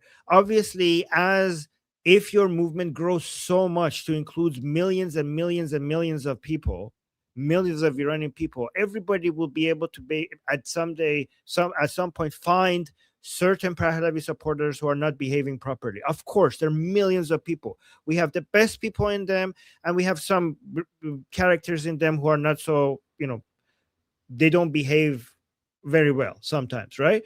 But we don't have violence. Okay, among the MEK, we have violence, we have torture, we have terrorism. Okay, we have assassinations, we have the most vile, disgusting things. Among the leftists, we have assassination, we have torture, we have bombings, right? MEK, the leftists, we have bombings. The Islamists, among the pro-regime people, the reformers, the hardliners, we have torture, we have assassinations, we have bombings, we have everything. But when it comes to the pro-Pahlavi people, the worst you have is some people being rude online. That's the worst thing that we have. That's the worst that it gets. Like, it's among all the groups in Iran, they have the best record. They're the most peaceful ones. In fact, it's insane because there's the biggest group. They're like million. You would think because of the law of large numbers, given how huge their number is, you would have assumed that by this point you would have some more examples of violence among them, because it only takes a very, very, very, very small percentage of them to misbehave for you to be able for our enemies to try to paint all of the movement with the same brush. But you don't even have that. It's the record is very well, speaks for itself. So it's bizarre where people trying to be like, oh, the Pahlavi people are like misbehaving or they're scary. Every other group is like that except the Pahlavi group. Credibility as a potential future leader? Look, I've always said as a matter of principle, and I've been very vocal about it and on the record about this, that I always condemn any behavior that is based on violence or insult or aggressivity of any kind to anyone that is active. And I let my own supporters define themselves and describe themselves, but understand one thing: there has been a very, very orchestrated campaign by the regime to, in fact, create an element of discord by creating these conflicts within the opposition, trying to bring about these elements of contention. It's a very well orchestrated campaign, including trying to smear or discredit me. See, that was what Goldie was just saying, guys. That's exactly what Goldie was just saying. Me or my supporters. I think the majority of Iranians who are today working together are joined in one common principle, and the principles that I have sort of drawn as the minimal conditions to be able to form a coalition are very simple to comprehend. It's Iran's territorial integrity, it's the clear separation of religion from government, it's the equality of all citizens under the law, and the right for the Iranian people to determine their own political future. On that, we have a very wide, diverse group of Iranians who are secular Democrats. Among them are Republicans, are monarchists, are people on the left, on the center, on the right. And as such, it represents the bulk of the Iranian opposition. Are they extremists every now and then in the mix? Of course they are. This is something that is unavoidable. But their behavior and comportment, if it begins to be in the direction of what you say, have always been condemned by me. And I think the majority of people will say we don't want to have anything to do with that. And if it does rise, we do condemn it. I have, and I'm sure others have too. I want to talk. So it's interesting because Prince Reza Pahlavi, and he goes the route of just condemning any misbehavior instead of falling for the, like, we need to come and say, like, look into the examples that these people are bringing up and basically seeing what happened and respond to it to figure out if it's a lie or if something actually happened that needs responding to. But I think it makes more for Prince Reza Pahlavi, for him, it makes more sense for him not to fall in that trap. It's our job as his supporters to go and find which one of these are a lie and respond to it. But I think Prince Reza Pahlavi just should, like what he's doing is the best strategy for him. Just put a blanket condemnation of anybody who is, because that, if you chase that, if for him to go like, well, actually that report is this and this and that, then it will becomes a he said, she said, oh, he's trying to run away from this responsibility accusation against him. So I think what he's doing is the best strategy to just make sure that he says, like, whatever anybody's doing that is not in line with our values, I condemn that, and that's not what we tolerate here. I think that's the best position for him to have.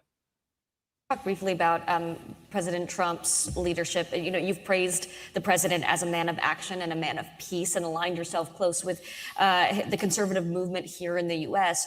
Do you see Trump's leadership style as a model for a future democratic leader of Iran, whether that's you or someone else?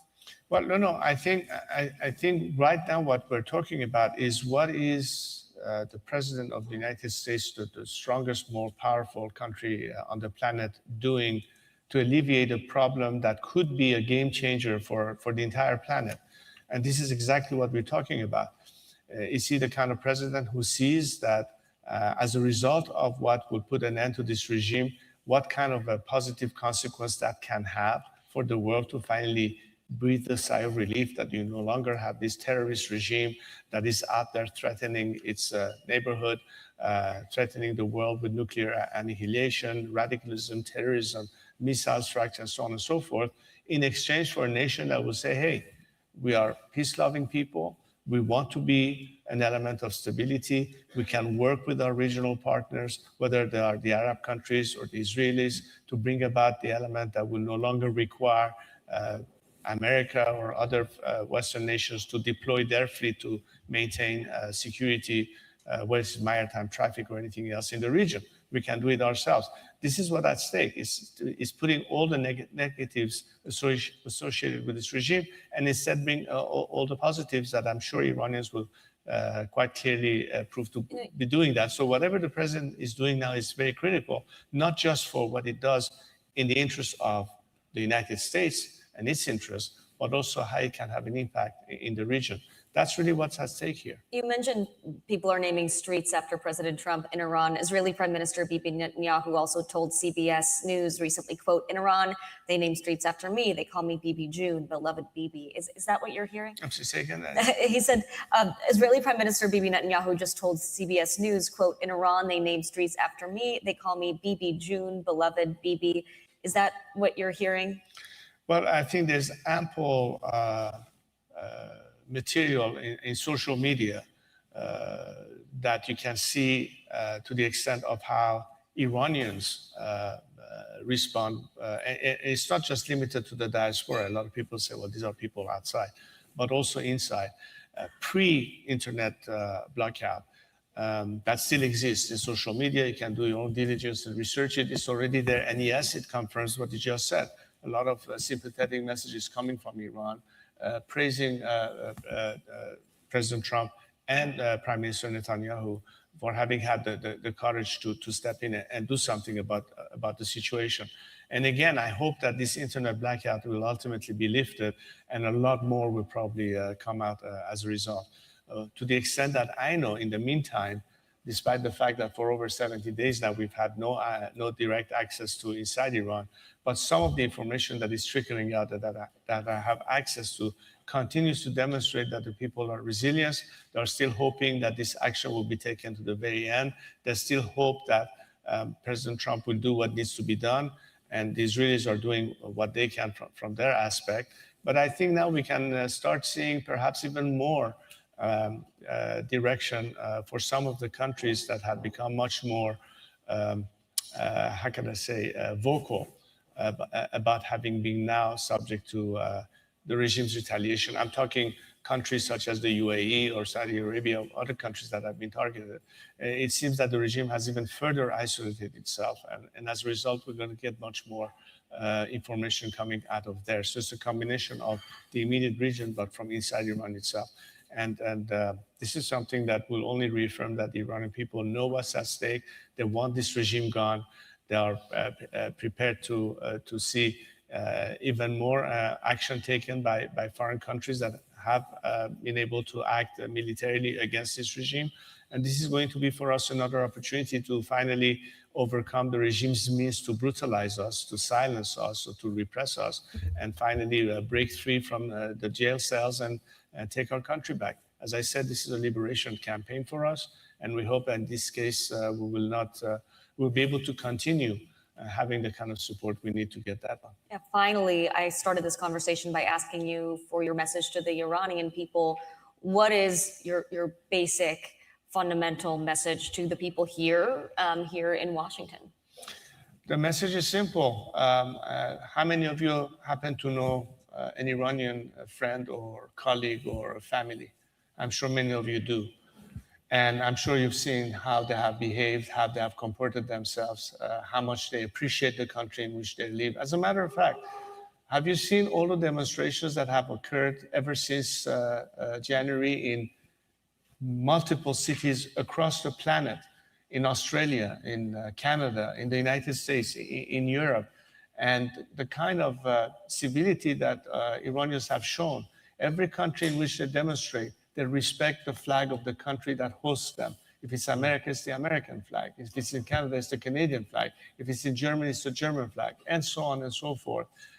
They're respectful and they're appreciative of the country in which they live. And they would probably have told you, many of them, that had it not been for this regime that forced us to leave our country because we were Baha'is or because we were Jews or because we were, not straight or what have you, we would not have been forced to live. And now we live here. We appreciate the country in which we live. They're educated here. They're working here.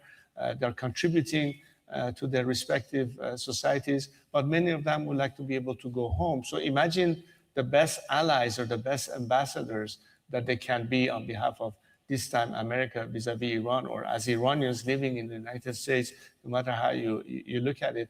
This is a wealth of human resources. This is the true measurable meaning of what kind of people are we dealing with. Are these the kind of people who will represent Iran's future, or a bunch of thugs that are not terrorizing our nation and executing athletes or singers inside Iran just for throwing stone in a protest, what are we going to be dealing with?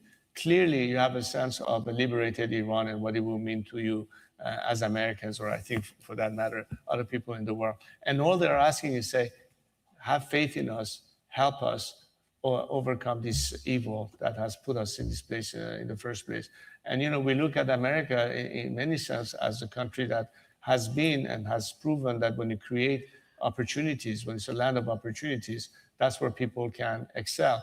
We would like to have the same liberties, the same opportunities that America provides its citizens to our own citizens. So it's really a partnership in more than one way. So I hope that this is the way that you take it and understand that we have a common enemy, and that common enemy is nothing other than the Islamic regime that has nothing to do with the Iranian people, that is not representative of the Iranian people, that has no business being in Iran anymore, and hopefully will help us get rid of this cancer. Mr. Pahlavi, thank you for joining the conversation and the summit. Thank you all for being here today. She didn't ask a single question about the January 8 or 9 massacre. She didn't ask a single question about the executions. Nothing. Wow. That's actually a very important observation, Goldie. That's amazing. Yeah, you're right. And especially after Prince Reza Pahlavi's video regarding the European journalists not asking any questions about the Iranian people went viral, and she should have seen that, given that if she has done any amount of research about Prince Reza Pahlavi, who she's supposed to interview, that video would show up first. So it's amazing that that video has already gone viral and she still didn't think to add that to her questions. Unbelievable. Yeah. But I mean, he did very well as always. And you know, there's a reason why that, you know, he is the hope of 90 million Iranians, because even under this sort of insane pressure, right? He always knows how to answer, and he always gives, you know, the most amazing, incredible answers as well. So, yeah. We have some, yeah, okay. Yeah. So yeah, I actually have the full radio show lined up for this, but it's quite long. Before we go to that, can I just share with you something really quick? Yes, of course. So I wanted to share with you. Look at what Senator Lindsey Graham says about Pakistan. Yeah, I saw that. Oh my God. I have that in my list too. Oh, you want to bring perfect. it up? Yeah. Here, let me just I have it here. So guys, look at this. And guys, keep in mind, remember what Armin and I have been telling you about Pakistan. And again, we're not referring to the Pakistani people. Whenever we refer to Pakistan or Iran or, you know, whatever, we're referring to the government and the government policies. Are you aware of reports that Pakistan are allowing their bases to be used to park Iranian aircraft, General King? Sure, I've seen one report on that. Well, is it accurate?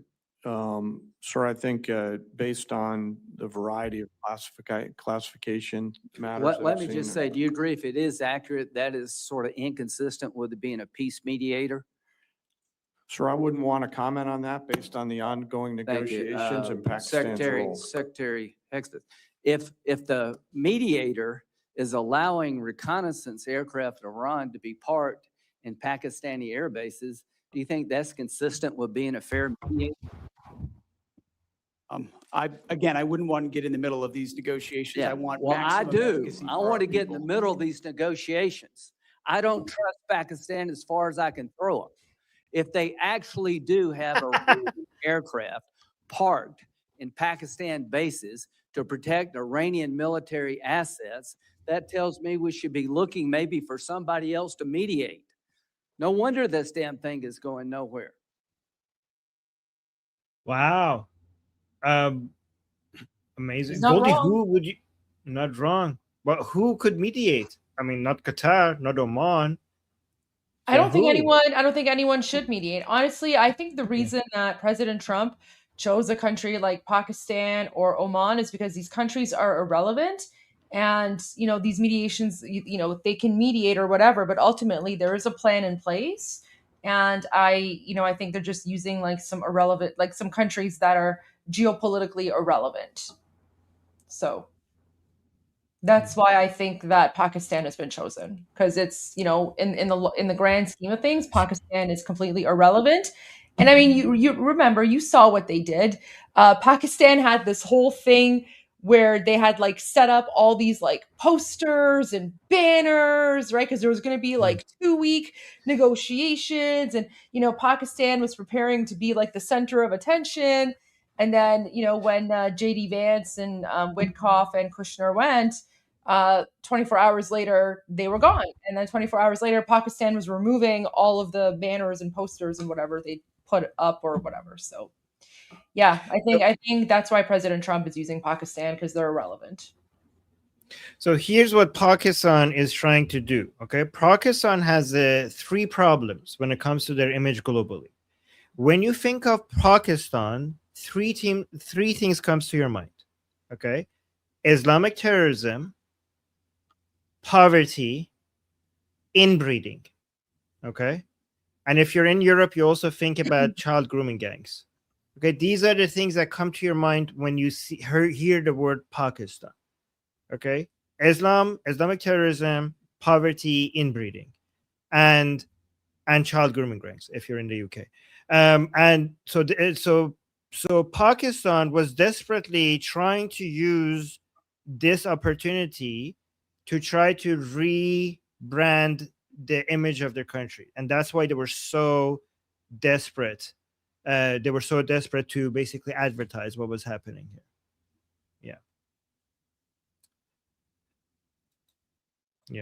Yeah, I agree. All right, let's go to President Trump.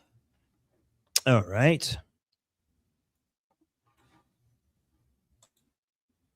Look at this. And likewise with Iran. I mean, we've wiped out their Navy, wiped out their Air Force. It's just a question of time. We don't have to rush anything. We have a blockade, which gives them no money, allows them no money. And we just can't let, it's a very simple thing. Somebody said about policy, we cannot let them have a nuclear weapon because they'd use it. And if that goes off, you want to see a travesty. That would be unbelievable. So we can't let them have a nuclear weapon. And we won't. Yeah, we won't. And okay, so we won't. This was recent. We don't have to rush. Okay, so the part of this, a lot of it was the same as what the other messages that we heard from President Trump. But the reason why this part I wanted to highlight this is this part. This part is interesting. President Trump is saying we don't have to rush anything. So President Trump is basically saying time is on United States side, meaning that because guys, right now there are 2 main games against each other that United States and the Islamic Republic are using against each other. Is the blockade on the Iranian ports versus the blockade on the Strait of Hormuz. So the Islamic Republic thinks that time is on, well, I mean, they don't think that. They're hoping that time is on their side because the blockade on the Strait of Hormuz would damage the global economy more than the world is willing to tolerate. And the Americans' play is that the blockade on the Iranian ports plus the other sanctions by, Scotty B, the other, all the sanctions on the financial institutions and all the other ways that they're trying to remove the Islamic Republic's ability to get paid for the oil and gas that they already have floating on the seas from selling them and getting it back to the Islamic Republic. All of the loopholes they had around the sanctions, all of that is being closed. Scott Bessent is doing so. Other than the blockade on the Iranian ports, Scott Bessent is also working on closing out all the other ways that the Islamic Republic gets paid. So the game that is being played there is to make the Islamic Republic suffocate economically to the point where they have to bend the knee and surrender, right? So this is basically what we're seeing here is a tolerance competition to see whether the Islamic Republic can tolerate the Operation Economic Fury more then the world could tolerate high energy prices. That's what this is. And when President Trump says that we don't have to rush anything, that means that President Trump is signaling that they're comfortable with where they are at, and this could take longer. And if you actually look at the S&P 500, you can see that it's doing very well. We're up 8% in the past 6 months, which is crazy. We're up 26% year over year. But again, it's not the U.S. economy that is putting pressure on President Trump. It's other countries. It's the European countries and Japan, South Korea. It's the UAE, it's Saudi Arabia, it's Qatar.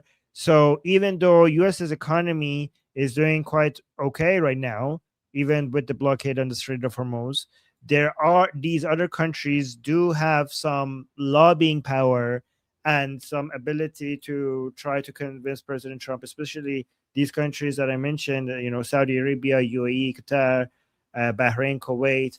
They are not at all comfortable. Even though America's economy is doing fine, they're not doing fine. So that's the only pressure that the Islamic Republic is banking on to try to pressure the United States. They're not pressuring the United States directly. They're trying to pressure the United States through the Arab countries around the Persian Gulf. But it seems that hurt on United States is not as much as the damage that the blockade is doing on Iran's economy. The Islamic Republic is suffering more. So, and that's why President Trump is saying that we're comfortable where we are right now, right? And this is why, if we go over here, here's another segment. Just play this one. Do you really feel in your heart of hearts that you can stop Iran from enriching uranium and never build a bomb? Never. 100%. Okay. They're going to stop. And they told me, the Iranians told me, and I deal with them, and they said that we're going to get the dust. I call it the nuclear dust because it's appropriate. It's easier for people to understand. And we're going to get it. The problem is there's only 2 countries in the world that can get it, us and China, because nobody has the equipment. Because when we bombed it, it was a total, that I was right, it was a total obliteration. The entire mountain collapsed on top of it. And they said, the Iranians told me, they said, nope, it'll be yours. But then they changed their mind. But they did say, because, they demeaned the B-2 bombers. Those guys, every shot hit. That we sent in Tomahawks from a submarine, they all hit. But every shot hit. And they demeaned the B-2 bombers when CNN starts saying, well, maybe it wasn't that bad. Iran told me that it was so devastating that no country in the world other than us, and they said China, would be able to, has the machinery to be able to get that. Okay, so this is interesting because President Trump says 100% they're going to give it to me, okay? 100%. So the reporter was like, do you really feel that you can stop Iran from enriching uranium and ever building a bomb? Trump saying 100% they're going to stop. And the Iranians told me, they said we're going to get the dust. Okay, so again, as I mentioned, there's 3 options here. Either the Islamic Republic bends the knees and surrenders and gives them the dust, or the Americans go take it by force, or we have regime change and the new transitional government cooperates with the Americans and they go get the dust. So this language suggests that President Trump is banking on the first option.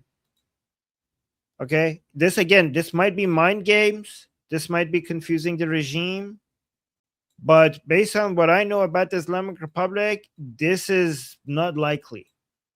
I mean, anything is possible, but this, I don't see that. Guys, in the chat, do you see this as a likely option for the Islamic Republic? Because, guys, remember also that we have official statement from Mujtaba Khamenei saying that not only they're not going to agree to any of this, they're not going to, the official position is that they're not even going to negotiate about this. Now, to be clear, they lied. They are negotiating about this. But I know they lie. If they say they're not going to do something, it doesn't mean that they're not going to do something. But because that's the official position from Mujtaba Khamenei, Mujtaba in quotations, right? We don't know who made that statement. because that's the official position, according to the Islamic Republic, by Mujtaba Khamenei. That means that if they ever do something like this, it's the end of them. Like they will have no legitimacy among their own followers. That would be their end of their legitimacy among their own followers. And that's why they can't surrender, even if they wanted to. So they can't, they can lie to their people as much as they want. They can lie to the regime supporters. But if you get the enriched uranium out, then you can't lie about that. They can see that the enriched uranium is out. Okay, they can see that it's out, so you cannot lie about that. So that's why I'm saying that this is not an option. But what do you guys think? I would be interested in knowing. Also, there's another update from President Trump. And then after this, we'll go to the super chats saying, U.S. President, this is by Iran International. U.S. President, actually, this is the report of what we just heard. U.S. President Donald Trump on Tuesday said Iran would stop enriching uranium and abandon any effort to build nuclear weapon, even as talks between Washington and Tehran remain stalled. 100% they're going to stop. Trump said during an interview, okay, so we know that. Trump said he had been directly engaged with Iranian officials during the talks. I deal with them, Trump said, and they said that we're going to get dust. I call it the nuclear dust because it's appropriate and we're going to get it. The president said the United States did not need to rush a deal. Okay, so those are the updates we had from President Trump. Those are the most important parts. Oh, one thing else that guys keep in mind. I've seen a lot of people think that, are we going to have an attack on the Islamic Republic before President Trump's visit to China? I mean, that's over now. Like, we don't have much time for that anymore. But that was the discussion. And some people were arguing that whether we're going to see an attack on the Islamic Republic after China's visit to China. But it's interesting that why so many people are assuming that you're not going to see an attack on the Islamic Republic while President Trump is in China. A lot of people think that's not going to happen. But why would you think that? In fact, we have seen that has been used many times by President Trump and Prime Minister Netanyahu as giving the Islamic Republic a false sense of safety and doing the attacks exactly when people expected for no attacks to happen. Like, we have seen this many times. So I'm not saying it's going to happen, but consider that, in fact, President Trump might actually be interested in doing the attack exactly while he's doing the visit, because that's when the Islamic Republic has its guard down and they expected the least. So some people think that would be hilarious. So, yeah, consider that as well. We already seen that twice happening with the attacks happening with the Islamic Republic. Assume it will not happen, right? Okay, let's do some super chats. Let's bring us here so it's easier. Okay, so super chats. Thank you, Lance, saying, harden yourself from future disappointments. No, whatever may not result in what you wanted, just know the enemy will be weakened to give you a chance. Yes, I agree with this philosophy. We have to hope for the best, but also prepare for the worst. 100%. I agree with that. And then we have Amir. Thank you so much. 5 memberships to the people in the chat. Thank you so much, Amir. Always being so supporting. And then we have Kuda 1169 saying, I love my president. We like him too. We also like President Trump. You're in the right place. This is a pro-Trump live stream. We have Iranian people in Iran naming streets after him. So, and then we have Aliyah Karpoor 556 saying, long live Iran, long live the Shah. Well, thank you. Yes, I agree with that. Javid Shah. Yeah, exactly. Payam Iran. And then we have William saying, I love what? Banner on the bottom. Oh, the banner on the bottom. Yes. The banner on the bottom has always been there.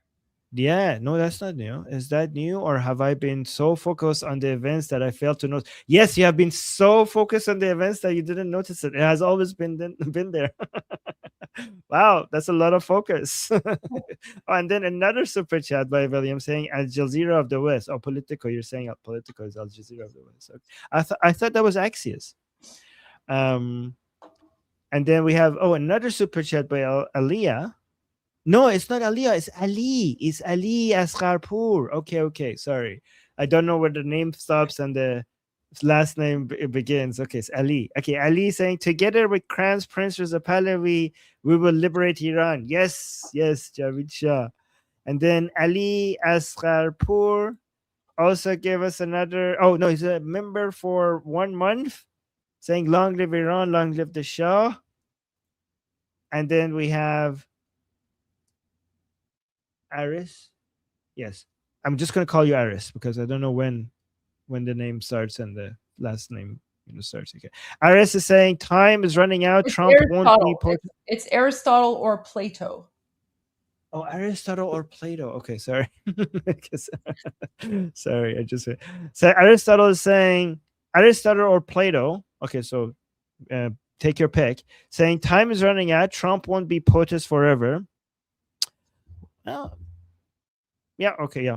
Well, time is running out even faster because, I know the midterms is not going to completely stop President Trump from doing what he wants to, but it's going to make his job. If the Democrats win a lot, it's going to make President Trump's job very difficult. So time is running out even faster because of the midterms. And then we have another super chat by Justin. Saying, I'm beginning to believe Trump has some kind of plan in talks with Xi this week that will greatly impact the IRGC's efforts. I hope you're right. I hope you're correct. We were talking about that. Kuda is saying he usually waits till markets close on Friday. That's true.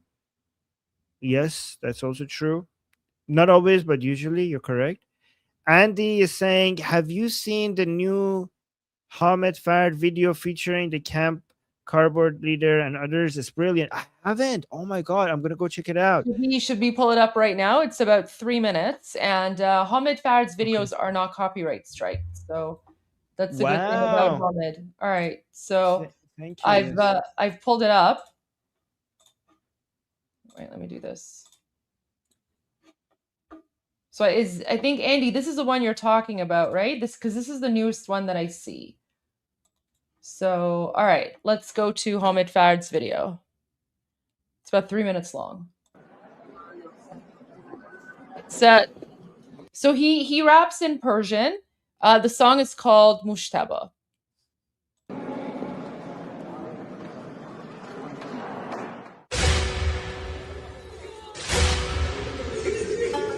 یادتان آمد که میگفتیم بادک میزنیم آخرش بگورتان تا صبح تنبک میزنیم حوزه هاتون رو تو بالتای شهری میکنیم مرقد آقای جونیتون رو قلتک میزنیم مشتبا مشتبا مشتبا موش میسم موش مسعود مشتبا هر کجا که نامه موشاست موشک میزنه دیر فهمیدی زمین گرد از دور ارزشی خوب ارعب کن که ما داری یک میزنه لایتان باز جمهور توبان که همان لا میزنه روی منبر بر دهان هرچه ملا میزنه هرچه خائن در وطن باشد سپاهی ارتشی واسه تهرانی تیر را جای بابا میزنه جای بابا میزنه جای بابا میزنه جای بابا جای بابا جای بابا میزنه جای بابا میزنه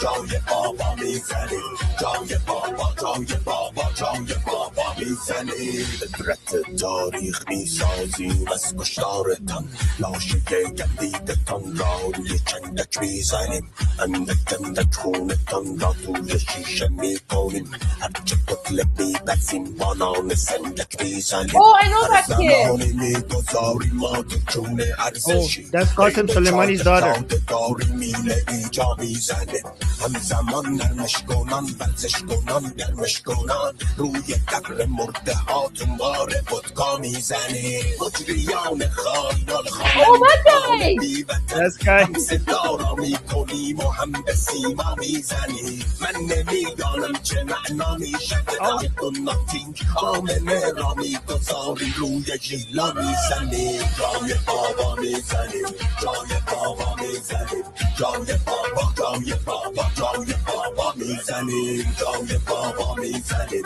جای بابا میزنیم جای بابا جای بابا جای بابا میزنیم جای بابا میزنیم جای بابا میزنیم جای بابا جای بابا جای بابا میزنیم جای بابا میزنیم جای بابا میزنیم جای بابا جای بابا جای بابا میزنیم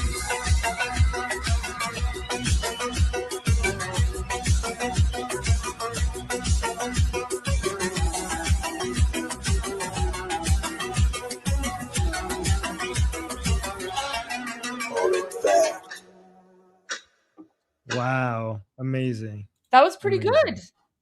good. Yeah. That was really good. It was giving That like was Hey Dad, Mad Dog vibes, but obviously making fun of them, right? So Yeah. That was pretty wow. good. Glad that you showed it to us, Andy. That was pretty good. That was pretty good. So guys, I've Oh. I've already added this to the Iran Revolution live like playlist. So all the songs and music videos and other videos related to Iran Revolution live, you can go and find it there. I've added it to that playlist as well. Oh, and also we got 3 more super chats from Voices of Iran in English. This is the channel, by the way, that is using AI to translate Prince Reza Pahlavi and Murad Vaisi into English using AI with their own voices. And he's saying, I include all His Royal Highness donation links in the Pahlavi videos on his channel. So if you guys want to listen to all the Persian videos in English, Voices of Iran in English has that. He also says, I include Vaisi membership link and encourage donation to Murad Vaisi and the ones that he does of Murad Vaisi. Another super chat saying, I need more Persians. You want her to include. Well, thank you. Guys, go to his channel and recommend. And guys, go and see if the translation is accurate because we want to make sure the translation is accurate. Go to Voices of Iran in English and listen to the AI translated videos and give him feedback. Tell him if anything is not correct. Also, I'm about to start our discussion group. So if you want to join us in our discussion group and talk to me, and today is open to all. Today is open to all. So not premium or VIP member. It's like open doors. Anybody could come in. And if you scan that QR code, it will take you to the discussion group. But if you want to watch it on YouTube, you could also just watch it on YouTube. The link to the live that we're doing in 10 minutes is in the chat. You could also just go to the YouTube channel Liberty Politics, and the live stream for that is going to start in 10 minutes. And you could just watch our discussion about everything that is happening about Iran, United States, Israel, and in the Middle East, and anything else that the people in the community bring up. We're going to be discussing that, and you could watch it there. Or you could just come into the community and give us your opinions. And yeah, Goldie, when are you going live? So people prepare for that. I'm going live at 7 p.m. 7 p.m. Eastern. Yeah. So the live is already on my channel, the upcoming live. So I have a few videos I need to edit and upload, and then I'll be going live again at 7 p.m. Eastern to continue our documentary watch party and have a conversation about Iran and whether it was a dictatorship or a democracy prior to 1979. So guys, when Goldie makes these short videos, and they are actually the best to explain to people who might not understand what's going on a really good understanding. Goldie's videos are the best way to fight the propaganda against the Iranian people, or the propaganda for the Islamic Republic, or the propaganda against Prince Reza Pahlavi. So when you watch them, don't just watch them, please also share them around as much as possible because they are very, very effective. So make sure you are constantly looking for updates from Goldie, her videos, her short videos. And these are like missiles, like they're truth missiles that you could basically launch at your enemies and make our fight more effective. Okay. Appreciate that. And just a quick note for people who are watching right now on Rumble, make sure that you're subscribed to my other Rumble channel, The Goldie Show, because I'll be live streaming on The Goldie Show, because the one that you're watching from right now, it's dedicated only to the Iran Revolution live streams. So make sure you're subscribed to my other Rumble channel so that you can see me live there as well. All right. All right. And last super chat saying, I do this alone from Puerto Rico. I love feedback. Well, thank you for everything you do. That's very nice that you're doing that. I really appreciate that. And guys, go support the channel as well.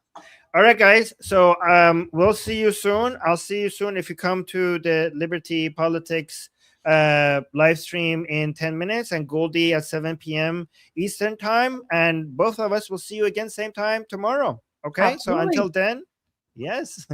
So until then, I'm Israel Chai. Long live America. God bless America. Javid Shah. Payande Iran. See you guys tomorrow. See you guys. غرق انقلاب است.